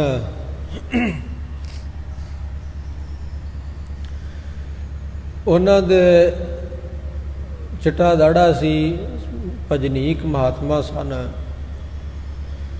ਇੱਕ ਵੇਸ਼ਵਾ ਨੇ ਕੁੱਤਾ ਰੱਖਿਆ ਸੀ ਚਿੱਟੇ ਰੰਗ ਦਾ, ਔਰ ਮਹਾਤਮਾ ਨੇ ਜਦੋਂ ਲੰਘਣਾ ਤੇ ਉਹ ਵੇਸ਼ਵਾ ਨੇ ਕਹਿਣਾ ਕਿ ਮਹਾਤਮਾ ਜੀ, ਸੰਤ ਜੀ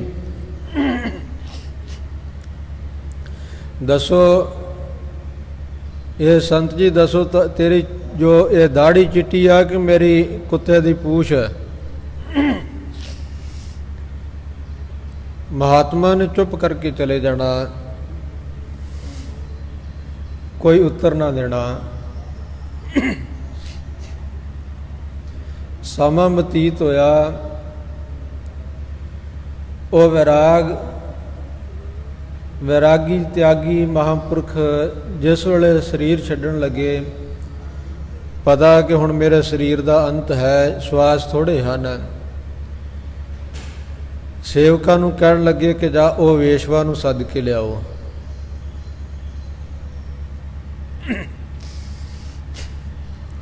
ਗੁਰੂ ਪ੍ਰੇਮੀਓ, ਸੇਵਕ ਸਾਰੇ ਹੈਰਾਨ ਹੋਏ ਕਿ ਸਾਰੀ ਉਮਰ ਇਹ ਮਹਾਂਪੁਰਖਾਂ ਨੇ ਨਾਮ ਜਪਿਆ, ਪਰਮੇਸ਼ਰ ਦਾ ਧਿਆਨ ਧਰਿਆ, ਕਦੀ ਵੀ ਕੁਸੰਗਤ ਵਿੱਚ ਨਹੀਂ ਗਏ, ਕੋਈ ਵੇਸ਼ਵਾ ਨਾਲ ਜ਼ੁਬਾਨ ਸਾਂਝੀ ਨਹੀਂ ਕੀਤੀ, ਕੋਈ ਮਾੜੇ ਪੁਰਖਾਂ ਦੀ ਕੁਸੰਗਤ 'ਚ ਨਹੀਂ ਬੈਠੇ। ਅੱਜ ਮਹਾਂਪੁਰਖਾਂ ਨੇ ਸਰੀਰ ਛੱਡਣ ਦੀ ਤਿਆਰੀ ਕਰ ਰਹੇ ਆ ਤੇ ਕਹਿੰਦੇ ਵੇਸ਼ਵਾ ਨੂੰ ਸੱਦ ਕੇ ਲਿਆਓ। ਇਹ ਕੀ ਗੱਲ ਆ? ਸੋ ਮਹਾਂਪੁਰਖਾਂ ਦਾ ਬਚਨ ਮੰਨਿਆ, ਵੇਸ਼ਵਾ ਨੂੰ ਸੱਦ ਲਿਆਏ। ਜਦੋਂ ਉਹ ਵੇਸ਼ਵਾ ਮਹਾਂਪੁਰਖਾਂ ਦੇ ਹਜ਼ੂਰ ਸਾਹਮਣੇ ਖੜੀ ਹੋਈ, ਮਹਾਂਪੁਰਖ ਪਰਮੇਸ਼ਰ ਦਾ, ਗੁਰੂ ਦਾ ਸ਼ੁਕਰਾਨਾ ਕਰਦੇ ਹੋਏ ਔਰ ਵੇਸ਼ਵਾ ਨੂੰ ਸੰਬੋਧਨ ਹੋ ਕਰਕੇ ਬੋਲੇ, ਕਹਿਣ ਲੱਗੇ ਕਿ ਹੇ ਬੀਬੀ, ਤੂੰ ਪ੍ਰਸ਼ਨ ਕਰਦੀ ਸੀ, ਪੁੱਛਦੀ ਹੁੰਦੀ ਸੀ ਕਿ ਤੇਰੇ ਕੁੱਤੇ ਦੀ ਪੂਛ ਚੰਗੀ ਹੈ ਕਿ ਸਾਡਾ ਦਾੜਾ। ਅੱਜ ਅਸੀਂ ਤੈਨੂੰ ਦੱਸਦੇ ਹਾਂ ਕਿ ਸਾਡਾ ਦਾੜਾ। ਦਾੜੇ ਨੂੰ ਪਲੋਸਦਿਆਂ ਹੋਇਆਂ ਪ੍ਰੇਮ ਦੇ ਨਾਲ ਵਚਨ ਕਰਨ ਲੱਗੇ ਕਿ ਸਾਡਾ ਦਾੜਾ ਜਿਹੜਾ ਇਹ ਚੰਗਾ ਹੈ ਤੇਰੇ ਕੁੱਤੇ ਦੀ ਪੂਛ ਨਾਲੋਂ। ਵੇਸ਼ਵਾ ਜਿਹੜੀ ਸੀ ਉਹਦੀਆਂ ਭੁੱਬਾਂ ਨਿਕਲ ਗਈਆਂ ਮਹਾਂਪੁਰਖਾਂ ਦੇ ਇਹ ਬਚਨ ਸੁਣ ਕੇ ਔਰ ਦਰਸ਼ਨ ਕਰਕੇ। ਕਹਿਣ ਲੱਗੀ, ਮਹਾਂਪੁਰਖੋ ਜਦੋਂ ਮੈਂ ਪੁੱਛਦੀ ਹੁੰਦੀ ਸੀ ਤੁਸੀਂ ਉਦੋਂ ਕਿਉਂ ਨਾ ਦੱਸਿਆ, ਅੱਜ ਕਿਉਂ ਦੱਸ ਰਹੇ ਹੋ? ਕਹਿਣ ਲੱਗੇ, ਹੈ ਬੀਬੀ, ਸੰਸਾਰ ਯਾਤਰਾ ਤੇ ਵਿਚਰ ਰਹੇ ਸਾਂ, ਪਤਾ ਨਹੀਂ ਕਿਹੜੇ ਵੇਲੇ ਕੋਈ ਰਸਤਾ ਤਿਲਕਣਾ ਆ ਜਾਏ ਤੇ ਪੈਰ ਨਾ ਫਿਸਲ ਜਾਏ, ਇਸ ਕਰਕੇ ਡਰਦੇ ਸਾਂ ਔਰ ਸਤਿਗੁਰੂ ਜੀ ਦੇ ਚਰਨਾਂ 'ਚ ਅਰਦਾਸਾਂ ਹੀ ਕਰਦੇ ਸਾਂ। ਧੰਨ ਗੁਰੂ ਗਰੀਬ ਨਿਵਾਜ ਜੀ ਨੇ ਕਿਰਪਾ ਕਰਕੇ ਇਹ ਜਿਹੜਾ ਸਾਡਾ ਪੰਧ ਸੀ ਸੋ ਚੜ੍ਹਦੀ ਕਲਾ ਦੇ ਨਾਲ ਇਹ ਮੁਕਾਇਆ ਹੈ। ਹੁਣ ਅਸੀਂ ਸੁਰਖਰੂ ਹੋ ਕਰਕੇ ਸੰਸਾਰ ਤੋਂ ਚੱਲੇ ਹਾਂ, ਇਸ ਕਰਕੇ ਤੈਨੂੰ ਦੱਸ ਰਹੇ ਹਾਂ ਕਿ ਤੇਰੇ ਕੁੱਤੇ ਦੀ ਪੂਛ ਨਾਲੋਂ ਸਾਡਾ ਇਹ ਦਾੜਾ ਚੰਗਾ ਹੈ। ਸੋ ਕਹਿਣ ਤੋਂ ਭਾਵ ਇਹ ਹੈ ਕਿ ਮਹਾਤਮਾ ਜਨ ਭਾਵੇਂ ਸਤਿਗੁਰੂ ਜੀ ਦੀ ਕਿਰਪਾ ਦੇ ਨਾਲ ਮਾੜੀ ਸੰਗਤ ਤੋਂ ਬਚੇ ਔਰ ਨਾਮ ਦਾ ਮਨ ਤੇ ਰੰਗ ਹੈ, ਪਰ ਫਿਰ ਵੀ ਕਦੀ ਵੀ ਜਾਣ-ਬੁੱਝ ਕੇ ਕੁਸੰਗਤ ਜਾਂ ਵਿਸ਼ਿਆਂ ਦੀ ਸੰਗਤ ਨਹੀਂ ਕਰਦੇ ਕਿ ਮੈਂ ਵੇਖਾਂ ਸਹੀ ਵਿਸ਼ਿਆਂ 'ਚ ਕਿਹੋ ਜਿਹਾ ਆਨੰਦ ਆ ਨਾ, ਕਿਉਂਕਿ ਇਹ ਵਿਸ਼ੇ ਇਹੋ ਜਿਹਾ ਜਿਹੜਾ ਇਹਨਾਂ 'ਚ ਲੱਗ ਗਿਆ ਉਹ ਸੰਤ ਨਹੀਂ ਰਹਿੰਦਾ। ਇਸ ਤਰ੍ਹਾਂ ਇਹਨਾਂ ਨੂੰ ਸਵਾਰੂਪ ਜਾਣ ਕੇ ਦਿਸਣ ਸਭੇ ਸ਼ਾਰ, ਇਹ ਮਹਾਤਮਾ ਜਨਾਂ ਨੂੰ ਸੰਤ ਜਨਾਂ ਨੂੰ ਇਹ ਸ਼ਾਰ ਰੂਪ ਦਿਸਦੇ ਆ ਔਰ ਵਿਖਿਆ ਰੰਗ ਕੂੜਾਵਿਆ ਇਹ ਵਿਸ਼ਿਆਂ ਦੇ ਝੂਠੇ ਆਨੰਦ ਜਿਹੜੇ ਛੱਡ ਦਿੱਤੇ ਹਨ। ਹਰ ਅੰਮ੍ਰਿਤ ਬੂੰਦ ਸੁਹਾਵਣੀ ਮਿਲ ਸਾਧੂ ਪੀਵਣ ਹਾਰ।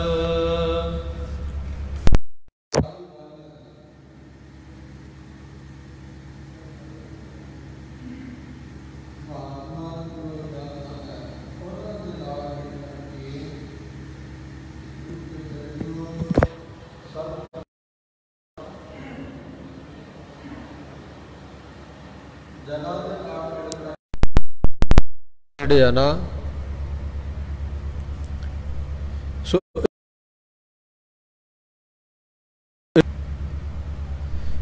ਨਾਮ ਦੀ ਬੂੰਦ ਜੋ ਹੈ ਨਾ ਬੜੀ ਸ਼ੋਭਨੀਕ ਹੈ, ਇਹ ਮਨ ਨੂੰ ਪਵਿੱਤਰ ਕਰ ਦੇਣ ਵਾਲੀ ਇਸ ਨਾਮ ਦੀ ਅੰਮ੍ਰਿਤ ਬੂੰਦ ਨੂੰ ਛਕਦੇ ਹਨ। ਵਣ ਤਿਣ ਪ੍ਰਭ ਸੰਗ ਮੋਲਿਆ ਸਮਰੱਥ ਪੁਰਖ ਅਪਾਰ। ਵਣ ਇਹ ਜਿਵੇਂ ਵਰਖਾ ਪਵੇ, ਵਰਖਾ ਦੇ ਪੈਣ ਦੇ ਨਾਲ ਤ੍ਰਿਣ ਘਾਹ ਆਦਿਕ ਵਣ ਕਹੀਏ ਦਰਖਤ ਸਾਰੇ ਹੀ ਪ੍ਰਫੁੱਲਤ ਹੋ ਜਾਂਦੇ ਆ।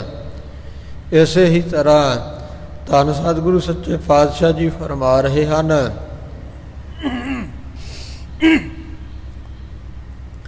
ਵਣ ਤ੍ਰਿਣ, ਵਣ ਇਹ ਸਰੀਰ, ਤ੍ਰਿਣ ਇਹ ਇੰਦਰੀਏ ਸਾਰੇ ਪ੍ਰਫੁੱਲਤ ਹੋ ਜਾਂਦੇ ਹਨ। ਪ੍ਰਭ ਸੰਗ ਮੌਲਿਆ, ਪ੍ਰਭੂ ਦੀ ਸੰਗਤ ਵਿੱਚ ਮਿਲ ਕਰਕੇ ਮੌਲਿਆ ਇਹ ਪ੍ਰਫੁੱਲਤ ਹੋ ਜਾਂਦੇ ਹਨ। ਸੋ ਸਮਰੱਥ ਪੁਰਖ ਅਪਾਰ, ਜੋ ਸਮਰੱਥ ਪੁਰਖ ਪਾਰਾਵਾਰ ਤੋਂ ਰਹਿਤ ਹੈ, ਪੁਰਖ ਪਰਮੇਸ਼ਰ ਜੋ ਪੁਰਸ਼ਾਰਥ ਦੇਣ ਵਾਲਾ ਹੈ। ਪੁਰਖ ਕਹੀਏ ਪੂ ਆਦਿਕ ਨਰਕਾਂ ਤੋਂ ਜੋ ਰੱਖਿਆ ਕਰਨ ਵਾਲਾ ਹੈ। ਪੁਰਖ ਪੂ ਰੱਖ, ਪੁਰਖ ਪੁਰੀਆਂ ਨੂੰ ਜੋ ਖੈ ਕਰ ਦੇਣ ਵਾਲਾ ਹੈ, ਸਾਰੀਆਂ ਪੁਰੀਆਂ ਨੂੰ। ਇਸ ਤਰ੍ਹਾਂ ਦਾ ਜੋ ਪੁਰਖ ਹੈ ਨਾ, ਪੁਰਖ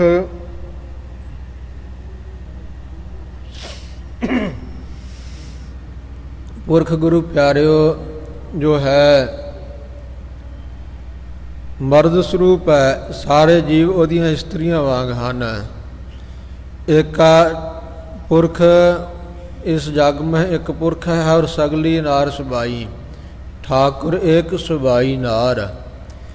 ਇਸ ਤਰ੍ਹਾਂ ਸੱਚੇ ਪਾਤਸ਼ਾਹ ਜੀ ਫਰਮਾਉਂਦੇ ਹਨ, ਜੋ ਹਰੀ ਪੁਰਖ ਹੈ ਨਾ, ਜੋ ਕਦੀ ਮਰਦਾ ਨਹੀਂ ਜਾਂਦਾ ਨਹੀਂ, ਉਸ ਵਾਹਿਗੁਰੂ ਸੱਚੇ ਪਾਤਸ਼ਾਹ ਜੀ ਦੇ ਪ੍ਰੇਮ ਰੰਗ ਦੇ ਨਾਲ ਇਹ ਵਣ ਤ੍ਰਿਣ ਸਰੀਰ ਵੀ ਸ਼ੁਭ ਗੁਣਾਂ ਦੀ ਹਰਿਆਵਲਤਾ ਦੇ ਸਹਿਤ ਪ੍ਰਫੁੱਲਤ ਹੁੰਦਾ ਹੈ। ਇੰਦਰੀਆਂ ਵੀ ਨਾਮ ਨੂੰ ਜਪ ਕਰਕੇ ਔਰ ਵਿਸ਼ਿਆਂ ਵੱਲੋਂ ਮੁੜ ਕਰਕੇ ਇਹ ਵੀ ਮੌਲ ਜਾਂਦੀਆਂ ਹਨ।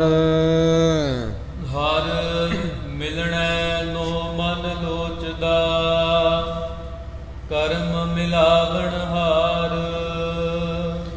ਧੰਨ ਗਰੀਬ ਨਿਵਾਜ ਜੀ ਦੇ ਇਹ ਬਚਨ ਸੁਣ ਕਰਕੇ ਜਗਿਆਸੂਆਂ ਦੇ ਮਨ 'ਚ ਚਾਅ ਪੈਦਾ ਹੁੰਦਾ, ਕਿਉਂਕਿ ਜਿਹੋ ਜੀ ਜਿਹੜਾ ਕੋਈ ਸੁਣਦਾ ਨਾ, ਜੋ ਸੁਣਦਾ ਉਹਦਾ ਵੀ ਮਨ 'ਤੇ ਅਸਰ ਹੁੰਦਾ, ਜੋ ਅੱਖਾਂ ਦੇ ਨਾਲ ਦੇਖਦਾ ਉਹਦਾ ਵੀ ਮਨ 'ਤੇ ਅਸਰ ਹੁੰਦਾ। ਇਸੇ ਕਰਕੇ ਹੀ ਅੱਖਾਂ ਦੇ ਨਾਲ ਚੰਗਾ ਦੇਖਣਾ, ਕੰਨਾਂ ਦੇ ਨਾਲ ਬਾਣੀ ਨੂੰ ਸੁਣਨਾ, ਨਾਮ ਨੂੰ ਸੁਣਨਾ, ਇਹ ਹੀ ਉਪਦੇਸ਼ ਦਿੰਦੇ ਆ ਸਤਿਗੁਰੂ ਸੱਚੇ ਪਾਤਸ਼ਾਹ ਔਰ ਸੰਤ ਮਹਾਤਮਾ ਜਨ। ਔਰ ਜਿਹੜੇ ਇਹਨਾਂ ਅੱਖਾਂ ਦੇ ਨਾਲ ਪਰਾਏ ਰੂਪ ਤੱਕਦੇ ਆ, ਮਾੜੇ ਚਰਿੱਤਰ ਵੇਖਦੇ ਹਨ, ਸੀਨ ਵੇਖਦੇ ਆ, ਸਤਿਗੁਰੂ ਸੱਚੇ ਪਾਤਸ਼ਾਹ ਜੀ ਦੀ ਪਾਵਨ ਬਾਣੀ ਦਾ ਬਚਨ ਹੈ ਕਿ ਜੋ ਸਾਧੂ ਮਹਾਤਮਾ ਦੀ ਸੰਗਤ ਦੇ ਦਰਸ਼ਨ ਨਹੀਂ ਕਰਦੇ, ਨੈਣ ਨਾ ਦੇਖੇ ਸਾਧ ਸੇ ਨੈਣ ਬਿਹਾਲਿਆ, ਕਰਨ ਨਾ ਸੁਨਹੀ ਨਾਦ ਕਰਨ ਮੁੰਦ ਘਾਲਿਆ, ਰਸਨਾ ਜਪੈ ਨਾ ਨਾਪ ਤਿਲ ਤਿਲ ਕਰ ਕਟਿਐ, ਹਰ ਹਾਂ ਜਬ ਬਿਸਰੈ ਗੋਬਿੰਦ ਰਾਏ ਦਿਨੋਂ ਦਿਨ ਕਟਿਐ। ਜਿਹੜੇ ਨੇਤਰਾਂ ਦੇ ਨਾਲ ਸੰਗਤ ਦੇ ਦਰਸ਼ਨ ਨਹੀਂ ਕਰਦੇ ਔਰ ਪਰਾਏ ਰੂਪਾਂ ਨੂੰ ਤੱਕਦੇ ਆ, ਕੰਨਾਂ ਦੇ ਨਾਲ ਜੋ ਨਾਮ ਨਹੀਂ ਜਪਦੇ, ਪਰਾਈ ਚੁਗਲੀ ਨਿੰਦਿਆ ਨੂੰ ਦੇਖ ਸੁਣਦੇ ਆ, ਇਸੇ ਤਰ੍ਹਾਂ ਰਸਨਾ ਨਾਲ ਜ਼ੁਬਾਨ ਨਾਲ ਨਾਮ ਨਹੀਂ ਜਪਦੇ ਔਰ ਗੁਰੂ ਕੇ ਪਿਆਰਿਓ ਪਰਾਈ ਨਿੰਦਿਆ ਕਰਦੇ ਆ। ਮਹਾਰਾਜ ਕਹਿੰਦੇ ਉਹਨਾਂ ਅੱਖਾਂ ਨੂੰ ਬਿਹਾਲਿਆ, ਨਾਸ਼ ਕਰ ਦੇਣਾ ਚਾਹੀਦਾ, ਉਹ ਬਹਿ ਜਾਣ। ਉਹ ਜਿਹੜੇ ਕੰਨ ਉਹਨਾਂ ਦੇ ਵਿੱਚ ਸਿੱਕਾ ਪਾ ਕੇ ਢਾਲ ਕੇ ਪਾ ਦੇਣਾ ਚਾਹੀਦਾ। ਉਹ ਜ਼ੁਬਾਨ ਜਿਹੜੀ ਨਾਮ ਨਹੀਂ ਜਪਦੀ ਨੂੰ ਤਿਲ ਤਿਲ ਕਰਕੇ ਕੱਟ ਦੇਣਾ ਚਾਹੀਦਾ, ਛੋਟੇ ਛੋਟੇ ਟੁਕੜੇ ਕਰਕੇ। ਇਸ ਤਰ੍ਹਾਂ ਸੱਚੇ ਪਾਤਸ਼ਾਹ ਜੀ ਫਰਮਾਉਂਦੇ ਹਨ। ਇਹ ਗੁਰਮੁਖੋ, ਗੁਰਮੁਖ ਪਿਆਰੇ ਜੋ ਹਨ ਉਹ ਬੇਨਤੀਆਂ ਕਰਦੇ ਆ ਕਿ ਸੱਚੇ ਪਾਤਸ਼ਾਹ ਕਿਰਪਾ ਕਰਕੇ ਦੱਸੋ। ਮਹਾਂਪੁਰਖਾਂ ਨੂੰ ਬੇਨਤੀਆਂ ਕਰਦੇ ਆ ਕਿ ਸਾਡਾ ਮਨ ਵੀ ਵਾਹਿਗੁਰੂ ਨੂੰ ਸੋ ਇਹ ਬਚਨ ਸੁਣ ਕਰਕੇ ਸੰਗਤ ਦੇ ਵਿੱਚੋਂ ਉਤਸ਼ਾਹ ਪ੍ਰਾਪਤ ਹੋਇਆ, ਸਾਡੇ ਮਨ ਵਿੱਚ ਵੀ ਲੋਚ ਆਈ ਹੈ, ਇੱਛਾ ਪ੍ਰਾਪਤ ਹੋਈ ਹੈ ਹਰੀ ਨੂੰ ਮਿਲਣ ਦੀ। ਤੇ ਕਿਵੇਂ ਮਿਲਿਆ ਜਾ ਸਕੇ ਤਾਂ ਅੱਗੋਂ ਮਹਾਤਮਾ ਜਨ ਦੱਸਦੇ ਆ, ਕਰਮ ਮਿਲਾਵਣ ਹਾਰ। ਇਹ ਭਾਈ ਗੱਲਾਂ ਨਾਲ ਨਹੀਂ ਮਿਲਿਆ ਜਾ ਸਕਦਾ, ਕਰਨੀ ਜਿਹੜੀ ਹੈ ਨਾ, ਕਰਮ ਕਮਾਉਣੇ ਪੈਂਦੇ ਆ, ਫੇਰ ਮਿਲਿਆ ਜਾਂਦਾ। ਭਾਈ ਗੁਰਦਾਸ ਸਾਹਿਬ ਜੀ ਨੇ ਬਚਨ ਲਿਖੇ ਆ ਕਿ ਗੁਰਮਤ ਦੇ ਵਿੱਚ ਕਰਨੀ ਪ੍ਰਧਾਨ ਹੈ। ਸੋ ਇਹਦੇ ਪਰਥਾਏ ਭਾਈ ਗੁਰਦਾਸ ਸਾਹਿਬ ਜੀ ਨੇ ਇੱਕ ਕਵਿਤ ਉਚਾਰਨ ਕੀਤਾ ਕਿ ਕਰਨੀ ਜਿਹੜਾ ਨਹੀਂ ਕਮਾਉਂਦਾ, ਗੱਲਾਂ ਕਰਦਾ ਜਾਂ ਪੁੱਛ ਹੀ ਜਾਂਦਾ ਕਿ ਮੈਂ ਇਸ ਮਾਰਗ ਦਾ ਪਾਂਧੀ ਬਣਨਾ ਚਾਹੁੰਦਾ, ਮੈਨੂੰ ਦੱਸੋ ਇਹ ਰਸਤਾ ਕਿਹੋ ਜਿਹਾ ਹੈ, ਮਾਰਗ ਤੇ ਕਿਵੇਂ ਚੱਲਿਆ ਜਾਏ, ਪੁੱਛਦਾ ਹੈ ਪਰ ਉਹਦੇ ਮਾਰਗ ਉਸ ਰਸਤੇ ਤੇ ਚੱਲਦਾ ਨਹੀਂ ਹੈ। ਭਾਈ ਗੁਰਦਾਸ ਸਾਹਿਬ ਜੀ ਹੁਣ ਇਸ ਬਾਰੇ ਲਿਖਦੇ ਆ, ਪੂਛਕ ਪਥਕ ਤਿਹ ਮਾਰਗ ਨ ਧਾਰੈ ਪਗ, ਪ੍ਰੀਤਮ ਕੇ ਦੇਸ ਕੈਸੇ ਬਾਤਨ ਸੇ ਜਾਈਐ। पूछत है बैद खात औखद न संजम सै, कैसे मिटे रोग सुख सहज समाइय। पूछत सुहागन कर्म है दुहागन के, हृदय विचार कत सेहजा बुलाइय। गाय सुने आखन मिचे पाइय न परम पद, गुर उपदेश गह जल हृदय न कमाइय। भाई गुरदास साहब जी वचन लिखते हैं, वेखो भाई जिमें किसी ने जाना होवे श्री दरबार साहिब हरमंदिर साहिब दर्शन करन, वो पूछ लो कि मैं कभी गया नहीं आया, मैं जाना चाहना तो किवें जा सकदा। ਜਿਹਨੂੰ ਪਤਾ ਹੈ ਕਿ ਕਿਹੜੇ ਕਿਹੜੇ ਸਾਧਨ ਹੁਣ ਚੱਲ ਰਹੇ ਆ ਕਰੋਨਾ ਕਰਕੇ ਬੱਸਾਂ ਨਹੀਂ ਚੱਲਦੀਆਂ, ਕਿਹੜੀ ਬੱਸ ਆ ਰਹੀ ਆ ਉਹ ਦੱਸ ਦੂਗਾ ਫਲਾਣੇ ਸਮੇਂ ਟਾਈਮ ਵਿੱਚ ਬੱਸ ਆਉਣੀ ਆ। ਤੂੰ ਜਾ ਕਰਕੇ ਜਿੱਥੇ ਬੱਸ ਸਟੈਂਡ ਹੈ ਉੱਥੇ ਪਹੁੰਚ ਜਾਈ। ਇੱਥੋਂ ਪੈਦਲ ਜਾ, ਥੋੜ੍ਹਾ ਜਿਹਾ ਰਸਤਾ ਔਰ ਬੱਸ ਸਟੈਂਡ 'ਤੇ ਪਹੁੰਚ ਕੇ ਤੇ ਬੱਸ ਆਵੇਗੀ, ਉੱਥੇ ਚੜ੍ਹ ਜਾਈ, ਟਿਕਟ ਦੇ ਕਰਕੇ ਤੈਨੂੰ ਸ਼੍ਰੀ ਅੰਮ੍ਰਿਤਸਰ ਸਾਹਿਬ ਲੈ ਜਾਵੇਗੀ। ਇਸ ਤਰ੍ਹਾਂ ਅੱਗੇ ਦਾ ਰਸਤਾ ਵੀ ਉਹ ਸਾਰਾ ਦੱਸ ਦਿੰਦਾ। ਪੁੱਛ ਲਿਆ ਪਰ ਘਰੋਂ ਤੁਰਿਆ ਹੀ ਨਾ, ਗਰਮੀ ਬੜੀ ਆ। ਸੋ ਸਵੇਰੇ ਚੱਲਾਂਗੇ, ਦੁਪਹਿਰ ਲੰਘ ਲੈਣ ਦੇ, ਸ਼ਾਮਾਂ ਨੂੰ ਚੱਲਾਂਗੇ, ਕੱਲ੍ਹ ਨੂੰ ਚੱਲਾਂਗੇ। ਆਲਸੀ ਹੋਇਆ ਰਿਹਾ, ਰਸਤੇ ਦੇ ਉੱਪਰ ਕਦਮ ਹੀ ਨਾ ਰੱਖਿਆ। ਤਾਂ ਗੁਰੂ ਕੇ ਪਿਆਰਿਓ ਪੁੱਛ ਤੇ ਲਿਆ, ਪੁੱਛਣ ਵੱਲੋਂ ਕੋਈ ਢਿੱਲ ਨਹੀਂ ਛੱਡੀ, ਪਰ ਉਹ ਰਸਤੇ 'ਤੇ ਨਾ ਚੱਲਣ ਕਰਕੇ ਪੈਰ ਇੱਕ ਕਦਮ ਵੀ ਨਾ ਰੱਖਿਆ। ਤੇ ਕਿਵੇਂ ਉਹ ਪ੍ਰੀਤਮ ਦੇ ਦੇਸ਼ ਸੋ ਸ਼੍ਰੀ ਹਰਿਮੰਦਰ ਸਾਹਿਬ ਵਿੱਚ ਕਿਵੇਂ ਪਹੁੰਚ ਸਕਦਾ ਹੈ? ਨਹੀਂ ਪਹੁੰਚ ਸਕਦਾ। ਇਸੇ ਤਰ੍ਹਾਂ ਮਹਾਤਮਾ ਜਨ ਜਿਹੜੇ ਇਸ ਗੁਰਮਤ ਦੇ ਪਾਂਧੀ ਹਨ, ਮਾਰਗ ਦੇ ਜੋ ਮਿਲੇ ਹੋਏ ਹਨ ਪਰਮੇਸ਼ਰ ਨਾਲ, ਉਹਨਾਂ ਨੂੰ ਪੁੱਛਿਆ ਰਸਤਾ, ਸਤਿਗੁਰੂ ਜੀ ਨੂੰ ਪੁੱਛਿਆ ਰਸਤਾ, ਸਤਿਗੁਰੂ ਗਰੀਬ ਨਿਵਾਸ ਜੀ ਨੇ ਮਾਰਗ ਦੱਸ ਦਿੱਤਾ। ਪਰ ਇਸ ਮਾਰਗ ਦੇ ਉੱਪਰ ਮਾਰਗ ਕਿਹੜਾ ਹੈ? ਭਾਵ ਭਗਤੀ ਦਾ ਮਾਰਗ। ਇਹਦੇ ਵਿੱਚ ਸ਼ਰਧਾ ਰੂਪੀ ਟਿਕਟ ਲੈਣੀ ਆ, ਸ਼ਰਧਾ ਰੂਪੀ ਧਨ ਦੇ ਕਰਕੇ ਤੇ ਨਾਮ ਰੂਪੀ ਟਿਕਟ ਪ੍ਰਾਪਤ ਕਰਨੀ ਹੈ। ਗੁਰਮਤ ਦਾ ਸਤਿਗੁਰੂ ਸੱਚੇ ਪਾਤਸ਼ਾਹ ਜੀ ਦਾ ਜਿਹੜਾ ਜਹਾਜ਼ ਹੈ, ਇਹਦੇ 'ਤੇ ਚੜ੍ਹ ਕਰਕੇ ਸਤਿਗੁਰੂ ਜੀ ਦੇ ਇਸ ਸਾਧਨ 'ਤੇ ਚੜ੍ਹ ਕਰਕੇ ਗੁਰੂ ਕੇ ਪਿਆਰਿਓ ਫਿਰ ਇਸ ਪ੍ਰਕਾਰ ਸੱਚਖੰਡ ਹਰਿਮੰਦਰ ਸਾਹਿਬ ਜੋ ਪ੍ਰਾਪਤ ਹੋ ਸਕਦਾ ਹੈ। ਉੱਥੇ ਇਹ ਜੀਵ ਦੀ ਬਿਰਤੀ ਜਿਹੜੀ ਆ ਨਾ, ਇਹ ਸੁਰਤ ਉੱਥੇ ਪਹੁੰਚ ਸਕਦੀ ਹੈ। ਪਰ ਇੱਕ ਕਦਮ ਵੀ ਨਹੀਂ ਪੁੱਟਿਆ ਤੇ ਕਿਵੇਂ ਜਾਵੇ? ਪੁੱਛਦਾ ਹੈ ਵੈਦ ਨੂੰ ਕਿ ਮੈਨੂੰ ਫਲਾਣਾ ਰੋਗ ਹੈ, ਸੋ ਮੈਨੂੰ ਸ਼ੂਗਰ ਬੜੀ ਹੈ। ਵੈਦ ਨੇ ਦੱਸਿਆ ਕਿ ਆਹ ਦਵਾਈ ਖਾ ਲੈ। ਕੋਟ ਕਰਕੇ ਔਸ਼ਧੀਆਂ ਤੇ ਦਵਾਈ ਦੇ ਦਿੱਤੀ, ਨਾਲ ਪਰਹੇਜ਼ ਦੱਸਤਾ, ਖੰਡ ਨਹੀਂ ਬਹੁਤੀ ਖਾਣੀ। ਜਿਨ੍ਹਾਂ ਚੀਜ਼ਾਂ ਨਾਲ ਇਹ ਸ਼ੂਗਰ ਵੱਧਦੀ ਹੈ ਉਹ ਪਰਹੇਜ਼ ਦੱਸਦੇ ਕਿ ਇਹ ਸੇਵਨ ਨਹੀਂ ਕਰਨਾ, ਪਰ ਉਸੇ ਤਰ੍ਹਾਂ ਹੀ ਕਰੀ ਜਾਂਦਾ। ਦਵਾਈ ਤਾਂ ਖਾ ਲਈ ਪਰ ਪਰਹੇਜ਼ ਨਹੀਂ ਰੱਖਿਆ, ਰੋਗ ਉਸੇ ਤਰ੍ਹਾਂ ਰਹਿ ਗਿਆ। ਪੁੱਛਤ ਹੈ ਵੈਦ ਨੂੰ ਪੁੱਛਿਆ, ਖਾਤ ਔਖਦ ਨਾ ਸੰਜਮ ਸਹਿ, ਕੈਸੇ ਮਿਟੇ ਰੋਗ ਸੁਖ ਸਹਿਜ ਸਮਾਈਏ।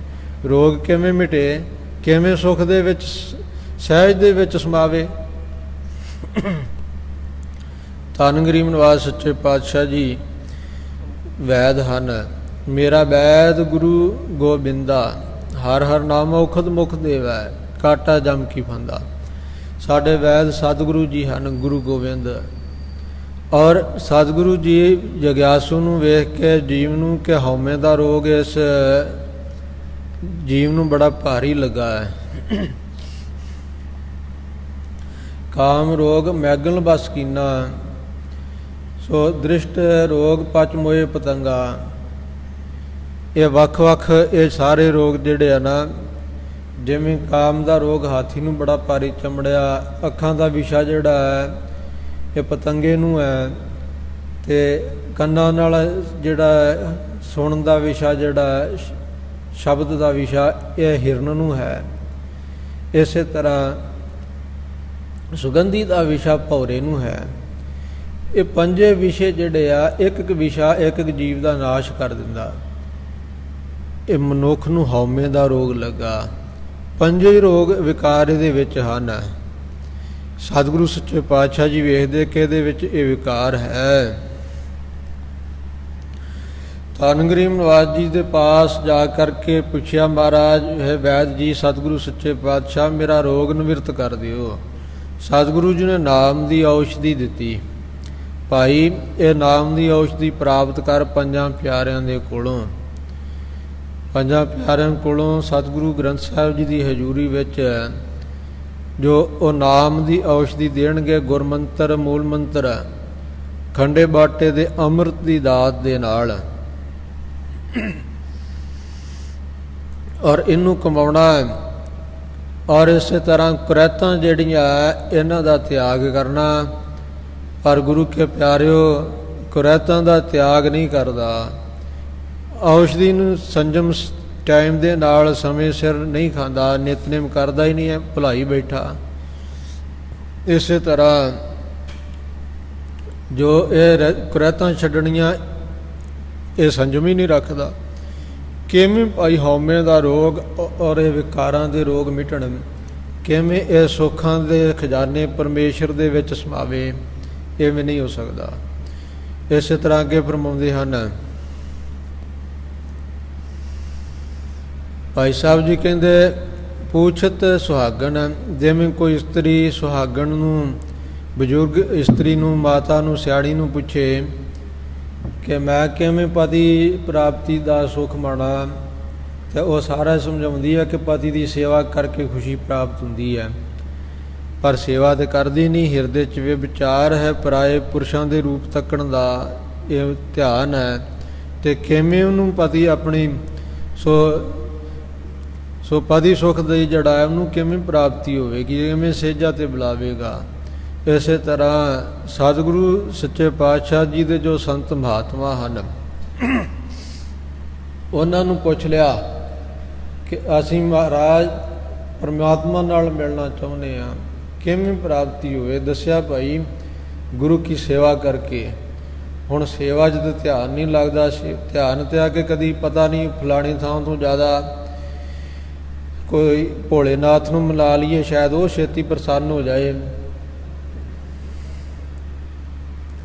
ਜਾਂ ਕਿਤੇ ਆ ਭੂਤਾਂ ਦੀ ਸੇਵਾ ਕਰ ਲਈਏ, ਸ਼ਾਇਦ ਭੂਤ ਜਿਹੜੇ ਆ ਜਖਣੀਆਂ ਇਹ ਬਹੁਤ ਲਿਆ ਕੇ ਸਾਨੂੰ ਫਲ ਦੇ ਦੇਣਗੀਆਂ, ਮਾਇਆ ਦੇ ਦੇਣਗੀਆਂ। ਆ ਪੀਰਾਂ ਨੂੰ ਜਾ ਕੇ ਵੀਰਵਾਰ ਵਾਲੇ ਦਿਨ ਰੁਪਈਏ ਦਾ ਤੇਲ ਪਾਈਏ, 5 ਰੁਪਈਆਂ ਦਾ ਪਾ ਲਈਏ। ਇਹੋ ਜਿਹੀ ਮਨ ਵਿੱਚ ਬਿਰਤੀ ਆ, ਤੇ ਕਿਵੇਂ ਸੱਚੇ ਪਾਤਸ਼ਾਹ ਜੀ ਦੇ ਨਾਲ ਮਿਲਾਪ ਹੋ ਸਕਦਾ। ਹਾਂ, ਗਾਏ ਸੁਨੇ ਆਖਾਂ ਵਿੱਚ ਪਾਈਏ ਨਾ ਪਰਮ ਪਦ, ਆ ਕੇ ਬਹਿ ਗਏ, ਥੋੜਾ ਚਿਰ ਅੱਖਾਂ ਮੀਟ ਲੀਆਂ, ਝੂਟੇ ਵੀ ਲਾ ਲਏ। ਉਹ ਜੋ ਸਤਿਗੁਰਾਂ ਉਪਦੇਸ਼ ਦਿੱਤਾ ਉਹਨੂੰ ਹਿਰਦੇ 'ਚ ਨਹੀਂ ਵਸਾਇਆ। 5-7 ਮਿੰਟ ਤਾਂ ਬੜਾ ਆਨੰਦ ਮਾਣਿਆ, ਪਰ ਬਾਕੀ ਸਾਰੀ ਦਿਹਾੜੀ ਜਿਹੜੀ ਉਹ ਮਾੜੇ ਕੰਮਾਂ 'ਚ ਹੀ ਲੰਘੀ। ਮਨ ਨੂੰ ਹੋੜਿਆ ਇਹਨਾਂ ਮਾੜੇ ਪਾਸੇ ਤੋਂ, ਤੇ ਕਿਵੇਂ ਭਾਈ ਪ੍ਰਾਪਤੀ ਹੋਵੇਗੀ। ਜਿੰਨਾ ਚਿਰ ਤੱਕ ਗੁਰੂ ਦੇ ਉਪਦੇਸ਼ ਨੂੰ, ਗੁਰਮੰਤਰ ਨੂੰ ਹਿਰਦੇ ਵਿੱਚ ਦ੍ਰਿੜ ਕਰਕੇ ਇਹਦੀ ਕਮਾਈ ਨਾ ਕੀਤੀ, ਉਹਨਾਂ ਚਿਰ ਤੱਕ ਧੰਨ ਸੱਚੇ ਪਾਤਸ਼ਾਹ ਜੀ ਦੇ ਪਿਆਰੇ ਭਾਈ ਗੁਰਦਾਸ ਸਾਹਿਬ ਜੀ ਫਰਮਾਉਂਦੇ ਹਨ, ਪਰਮ ਪਦਵੀ ਕੇਵਲ ਮੁਕਤੀ ਨਹੀਂ ਪ੍ਰਾਪਤ ਹੋ ਸਕਦੀ। ਇਸ ਕਰਕੇ ਧੰਨ ਗਰੀਬ ਨਿਵਾਸ ਜੀ ਇੱਥੇ ਫਰਮਾਉਂਦੇ ਹਨ, ਕਰਨੀ ਜਿਹੜੀ ਉਹ ਪ੍ਰਧਾਨ ਹੈ, ਜਿਨ੍ਹਾਂ ਨੇ ਸ਼ਬਦ ਦੀ ਕਰਨੀ, ਕਮਾਈ ਦੀ ਕਰਨੀ ਕੀਤੀ ਹੈ ਨਾ, ਉਹ ਇਹ ਕਰਮਾਂ ਨੂੰ ਕਮਾਉਣਾ ਕੀਤਾ, ਗੁਰੂ ਕੀ ਸੇਵਾ ਦੀ ਕਰਮ ਨੂੰ ਕਮਾਉਣਾ ਕੀਤਾ। ਨਿਸ਼ਕਾਮ ਕਰਮਾਂ ਨੂੰ ਜਿਨ੍ਹਾਂ ਨੇ ਕਮਾਇਆ ਹੈ, ਇਹ ਨਿਸ਼ਕਾਮ ਕਰਮ ਮਿਲਾਉਣ ਵਾਲੇ ਹਨ ਪਰਮੇਸ਼ਰ ਨਾਲ। ਪਰ ਆਪਣੀ ਕੀ ਹਾਲਤ ਹੁੰਦੀ ਹੈ। ਗੁਰੂ ਪਿਆਰਿਓ, ਸਾਰੇ ਜੀਵ ਜਿਹੜੇ ਆ ਨਾ, ਬਿਨਾਂ ਇੱਛਾ ਤੋਂ, ਜਿੰਨਾ ਚਿਰ ਤੱਕ ਕੋਈ ਇੱਛਾ ਨਾ ਹੋਵੇ, ਉਹਨਾਂ ਚਿਰ ਤੱਕ ਸੇਵਾ ਨਹੀਂ ਕਰਦੀ। ਜੇ ਤਾਂ ਕੋਈ ਕੰਮ ਪੈ ਗਿਆ ਫੇਰ ਜਾ ਕੇ ਸੇਵਾ ਕਰਦੇ, ਵੀ ਸੇਵਾ ਕਰਨੀ ਹੈ, ਇਹਦੇ ਬਦਲੇ ਸਾਨੂੰ ਆਹ ਮਿਲੇ, ਸਾਡਾ ਕੰਮ ਸੌਰ ਜੇ, ਜਾਂ ਸਾਡੀ ਕੋਈ ਇੱਛਾ ਹੈ ਇਹ ਪੂਰੀ ਹੋ ਜੇ, ਉਹਨਾਂ ਚਿਰ ਹੀ ਸੇਵਾ ਕਰਨੀ। ਬਿਨਾਂ ਇੱਛਾ ਤੋਂ ਇੱਕ ਧੇਲਾ ਵੀ ਨਹੀਂ ਚੜਾ ਸਕਦੇ। ਇੱਕ ਮਹਾਤਮਾ ਗਏ ਸੋ ਭਿਖਿਆ ਲੈਣ, ਬੱਚੇ ਨੂੰ ਤਾਪ ਚੜਿਆ ਸੀ, ਤੇ ਮਾਈ ਨੇ ਨਾ ਉਹ ਰੋਟੀ ਜਦੋਂ ਉਹਨਾਂ ਮੰਗੀ ਤੇ ਉਹਦੇ ਬੱਚੇ ਦੇ ਸਿਰ ਤੋਂ ਵਾਰ ਕੇ ਤੇ ਕਹਿੰਦੀ ਆ ਲੈ। ਉਹ ਕਹਿੰਦਾ ਜਾ ਮਾਈ, ਜਾ ਕੇ ਪਾ ਦੇ ਝੋਟੇ ਨੂੰ, ਕੁੱਤੇ ਨੂੰ ਪਾ ਦੇ, ਕਿਸੇ ਨੂੰ ਦੱਸ ਇਹ ਲਵਾਂ ਮੈਂ। ਬਿਨਾਂ ਇਹੋ ਜਿਹਾ ਸੁਭਾਅ ਕਿ ਬਿਨਾਂ ਕਿਸੇ ਕੰਮ ਤੋਂ, ਬਿਨਾਂ ਦੁੱਖ ਰੋਗ ਤੋਂ ਦਾਨ ਕਰਨਾ ਬੜਾ ਔਖਾ। ਜਿਹੜਾ ਬਿਨਾਂ ਕਿਸੇ ਇੱਛਾ ਤੋਂ ਕਿ ਸਾਨੂੰ ਆਹ ਪ੍ਰਾਪਤੀ ਹੋਵੇ, ਫਲ ਮਿਲੇ, ਜਾਂ ਆਹ ਮੇਰਾ ਕੰਮ ਸੌਰ ਜੇ, ਜਾਂ ਮੇਰਾ ਆਹ ਰੋਗ ਮਿਟ ਜੇ, ਸੇਵਾ ਕਰਨੀ ਹੈ, ਜੋ ਸਿਮਰਨ ਕਰਨਾ ਹੈ, ਇਸ ਨੂੰ ਕਹਿੰਦੇ ਹਨ ਨਿਸ਼ਕਾਮ ਕਰਮ। ਕਿ ਫਲ ਦੀ ਇੱਛਾ ਨਹੀਂ ਕਰਨੀ ਕਿ ਮੈਨੂੰ ਇਹਦੇ ਬਦਲੇ ਆਹ ਮਿਲੇ। ਜਿਹੜੇ ਇਹ ਕਰਮ ਕਰਦੇ ਆ ਨਾ, ਬਿਨਾਂ ਮੁੱਲ ਲੈਣ ਤੋਂ ਸੇਵਾ ਕਰਦੇ ਆ, ਉਹਨਾਂ ਦੀ ਸੇਵਾ ਉਹ ਨਿਸ਼ਕਾਮ ਕਰਮ ਪਰਮੇਸ਼ਰ ਨੂੰ ਮਿਲਾਉਣ ਵਾਲੇ ਆ।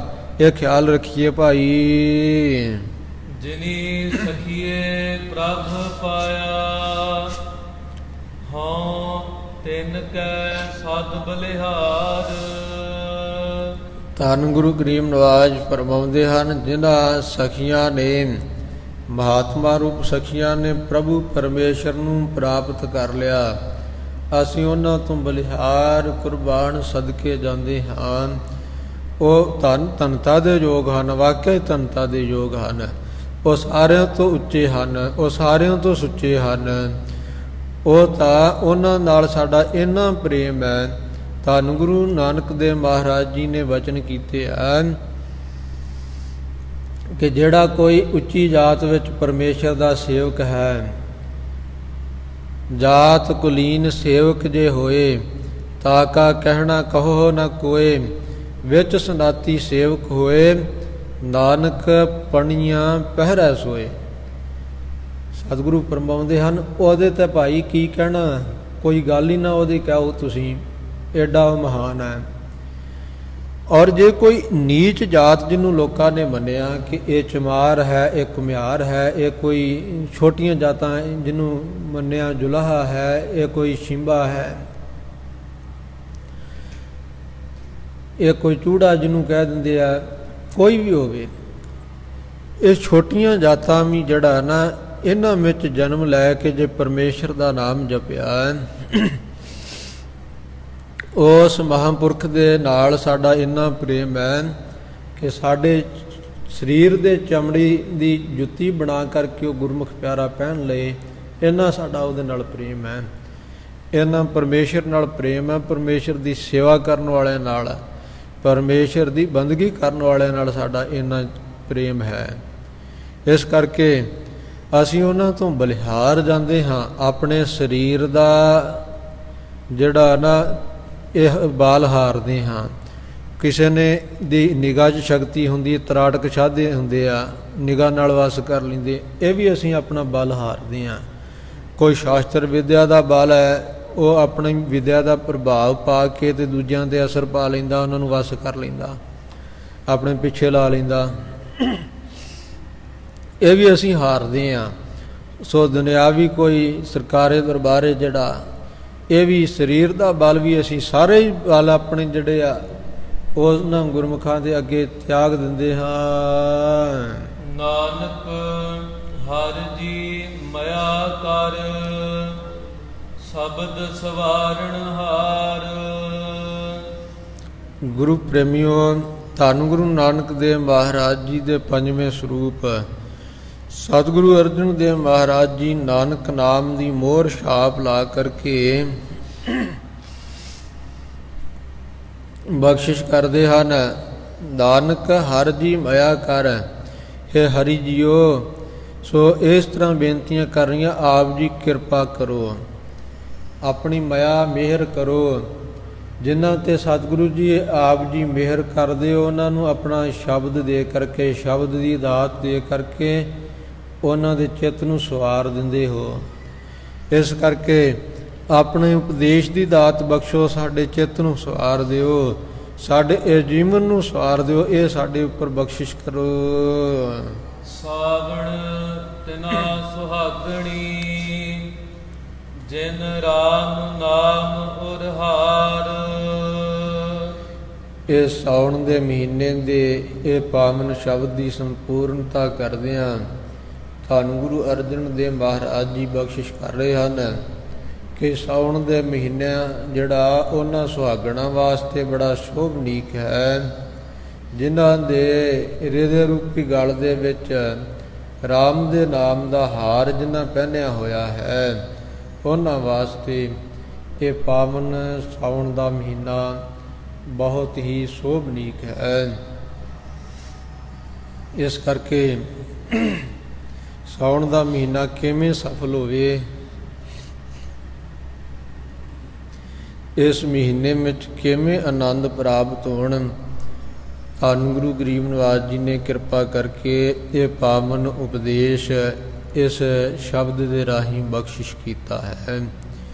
ਧੰਨ ਸਤਿਗੁਰੂ ਜੀ ਰਹਿਮਤ ਕਰਨ, ਆਪਣਾ ਪਾਵਨ ਉਪਦੇਸ਼ ਸਾਡੇ ਕਲਯੁਗੀ ਹਿਰਦਿਆਂ ਤੇ ਵਸਾਉਣ, ਤਾਂ ਜੋ ਗੁਰੂ ਦੇ ਉਪਦੇਸ਼ ਨੂੰ ਕਮਾ ਕਰਕੇ ਸੋ ਇਹ ਲੋਕ ਸੁਖੀਏ ਪਰਲੋਕ ਸੁਹੇਲੇ। ਨਾਨਕ ਹਰ ਪ੍ਰਭ ਆਪੇ ਮੇਲੇ ਦੀ ਦਾਤ ਨੂੰ ਪ੍ਰਾਪਤ ਹੋਈਏ। ਗੁਰੂ ਪਿਆਰਿਓ, ਸੰਗਤ ਵਿੱਚ ਮਿਲ ਕਰਕੇ ਇਹ ਦਾਤਾਂ ਪ੍ਰਾਪਤ ਹੁੰਦੀਆਂ। ਇਸ ਕਰਕੇ ਸਾਉਣ ਦੇ ਮਹੀਨੇ ਵਿੱਚ ਗੁਰੂ ਕੀ ਸਾਧ ਸੰਗਤ ਮਿਲੇ, ਸੰਗਤ ਦੇ ਵਿੱਚ ਗੁਰੂ ਕੀ ਪਾਵਨ ਕੀਰਤੀ ਸ਼ਬਦਾਂ ਰਾਹੀਂ, ਕੀਰਤਨ ਰਾਹੀਂ, ਕਥਾ ਰਾਹੀਂ ਸਰਵਣ ਕਰਕੇ ਇਹ ਆਪਣੇ ਮਨ ਨੂੰ ਜੋ ਲੱਗੀਆਂ ਹੋਈਆਂ ਮੈਲਾਂ ਹਨ, ਵਿਸ਼ਿਆਂ ਦੀ ਮੈਲ, ਇਹ ਈਰਖਾ ਦੀ ਮੈਲ, ਔਰ ਇਸੇ ਤਰ੍ਹਾਂ ਜਿੰਨੀਆਂ ਵੀ ਮਨ ਦੀਆਂ ਮੈਲਾਂ ਸਤਿਗੁਰੂ ਸੱਚੇ ਪਾਤਸ਼ਾਹ ਦੀ ਕਿਰਪਾ ਦੇ ਨਾਲ ਇਹ ਨਿਵਰਤ ਹੋਣ, ਔਰ ਇਹ ਸਾਡਾ ਚਿੱਤ ਗੁਰੂ ਚਰਨਾਂ ਵਿੱਚ ਲੱਗ ਜਾਏ, ਤਾਂ ਜੋ ਜਿੱਥੇ ਗੁਰੂ ਕੇ ਪਿਆਰਿਓ ਇਹ ਚਿੱਤ ਲੱਗਾ ਹੁੰਦਾ ਨਾ, ਅੰਤ ਕਾਲ ਨੂੰ ਫਿਰ ਉਸੇ ਸਥਾਨ ਦੀ ਪ੍ਰਾਪਤੀ ਹੁੰਦੀ ਹੈ। ਜੇ ਚਿੱਤ ਲੱਗਾ ਗੁਰੂ ਚਰਨਾਂ ਨਾਲ ਤੇ ਸੱਚਖੰਡ ਦੇ ਵਾਸੀ ਬਣਾਂਗੇ, ਸੱਚਖੰਡ ਦੀ ਪ੍ਰਾਪਤੀ ਹੋਵੇਗੀ। ਇਸ ਕਰਕੇ ਉਦਮ ਕਰ ਲਈਏ, ਤਗੜੇ ਹੋਈਏ ਨਾਮ ਜਪਣ ਨੂੰ। ਜਿਵੇਂ ਕੋਈ ਪ੍ਰਾਣੀ ਜਿੰਨਾ ਭਾਵੇਂ ਮਰਜ਼ੀ ਉਹਦੇ ਕੋਲ ਧਨ ਹੋਵੇ, ਪਰ ਕਦੀ ਕਿਸੇ ਨੇ ਨਹੀਂ ਕਿਹਾ ਕਿ ਮੈਨੂੰ ਹੁਣ ਧਨ ਹੋਰ ਨਹੀਂ ਚਾਹੀਦਾ, ਸਗੋਂ ਹੋਰ ਉਦਮ ਕਰਦੇ ਆ ਕਿ ਹੋਰ ਧਨ ਖੱਟ ਕੇ ਲਿਆਓ। ਸਾਰੇ ਟੱਬਰ ਹੀ ਚਾਹੁੰਦੇ ਆ ਕਿ ਜਿਵੇਂ ਜਿਹੜਾ ਘਰ ਦਾ ਮੁਖੀ ਉਹ ਜੇ ਕਮਾਈ ਕਰ ਰਿਹਾ ਹੈ, ਤਾਂ ਇਹ ਬੱਚੇ ਵੀ ਵਿਹਲੇ ਨਾ ਰਹਿਣ, ਬੀਬੀਆਂ ਵੀ ਵਿਹਲੀਆਂ ਨਾ ਰਹਿਣ, ਕੁਝ ਨਾ ਕੁਝ ਜਿੰਨਾ ਵੀ ਖੱਟ ਕੇ ਲਿਆਉਣਗੇ ਉਹ ਨਾਲ ਰਲੇਗਾ ਧਨ, ਔਰ ਇਸ ਤਰ੍ਹਾਂ ਇਹ ਕਮਾਈ ਦੇ ਵਿੱਚ ਵਾਧਾ ਹੋਵੇਗਾ, ਆਪ ਅਸੀਂ ਵੱਡੇ ਧਨਵਾਨ ਬਣ ਜਾਵਾਂਗੇ। ਇਸੇ ਤਰ੍ਹਾਂ ਗੁਰੂ ਪਿਆਰਿਓ, ਸਾਰਿਆਂ ਨੇ ਨਾਮ ਜਪਣ ਵੱਲ ਚਿੱਤ ਲਾਉਣਾ, ਔਰ ਜਿਵੇਂ ਘਰ ਦੇ ਵਿੱਚ ਇੱਕ ਜੀ ਨਾਮ ਜਪਦਾ ਤੇ ਇਹ ਨਹੀਂ ਕਹਿਣਾ ਇਕੱਲਾ ਉਹੀ ਸੇਵਾ ਕਰਦਾ ਨਾਮ ਜਪਦਾ, ਸਾਨੂੰ ਲੋੜ ਨਹੀਂ, ਆਪ ਵੀ ਉੱਠ ਕਰਕੇ ਅੰਮ੍ਰਿਤ ਵੇਲੇ ਨਾਮ ਜਪਣ ਦਾ ਯਤਨ ਕਰਨਾ। ਔਰ ਇਸੇ ਤਰ੍ਹਾਂ ਜੇ ਜ਼ੁਬਾਨ ਨਾਮ ਜਪਦੀ ਆ ਤੇ ਇਕੱਲਾ ਜ਼ੁਬਾਨ ਤੇ ਨਹੀਂ ਛੱਡ ਦੇਣਾ, ਸੋ ਅੱਖਾਂ ਦੇ ਨਾਲ ਸੰਗਤ ਦੇ ਵੀ ਦਰਸ਼ਨ ਕਰਨੇ, ਅੱਖਾਂ ਦੇ ਨਾਲ ਪਾਵਨ ਬਾਣੀ ਨੂੰ ਦਰਸ਼ਨ ਕਰਕੇ ਸਤਿਗੁਰਾਂ ਦੇ ਸਫਲ ਕਰਨੀਆਂ। ਇਕੱਲਾ ਜ਼ੁਬਾਨ ਨਾਲ ਹੀ ਨਹੀਂ, ਕੰਨਾਂ ਨਾਲ ਸੁਣਨਾ ਵੀ ਆ, ਜ਼ੁਬਾਨ ਨਾਲ ਜਪਣਾ ਤੇ ਕੰਨਾਂ ਨਾਲ ਸੁਣਨਾ। ਇਸ ਤਰ੍ਹਾਂ ਅੰਤਰ ਗੁਰ ਆਰਾਧਨਾ, ਜਿਹਵਾ ਜਪ ਗੁਰ ਨਾਉ, ਨੇਤਰੀ ਸਤਿਗੁਰ ਪੇਖਣਾ, ਸ਼ਰਮਣੀ ਸੁਨਣਾ ਗੁਰ ਨਾਉ। ਸਤਿਗੁਰ ਸੇਤੀ ਰਤਿਆ, ਦਰਗਹਿ ਪਾਈਏ ਠਾਉ। ਕਹੋ ਨਾਨਕ ਕਿਰਪਾ ਕਰੇ, ਜਿਸ ਨੂੰ ਇਹ ਵਸ ਦੇ, ਜਗ ਮਹਿ ਉਤਮ ਕਾਢੀਏ, ਵਿਰਲੇ ਕੇਈ ਕੇ।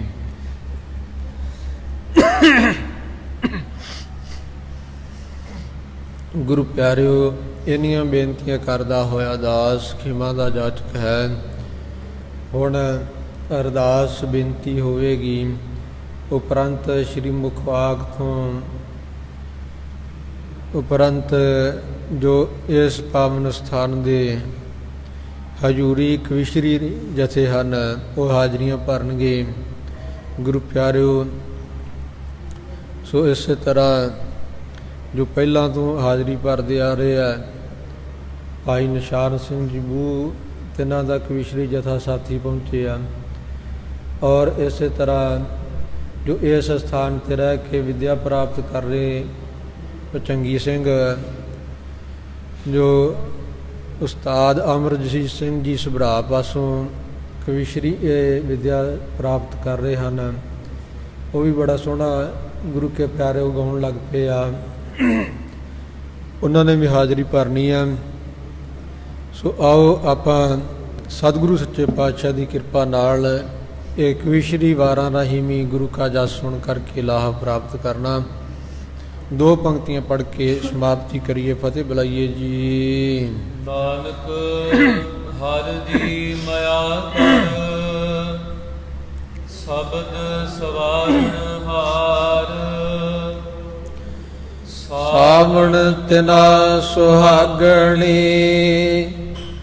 ਜਿਨ ਰਾਮ ਨਾਮ ਉਰਹਾਰ ਵਾਹਿਗੁਰੂ ਜੀ ਕਾ ਖਾਲਸਾ ਵਾਹਿਗੁਰੂ ਜੀ ਕੀ ਫਤਿਹ।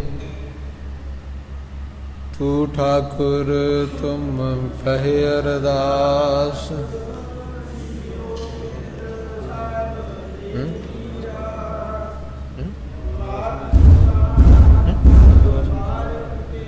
ਕਰ ਦੇ ਜਾ ਛੱਡ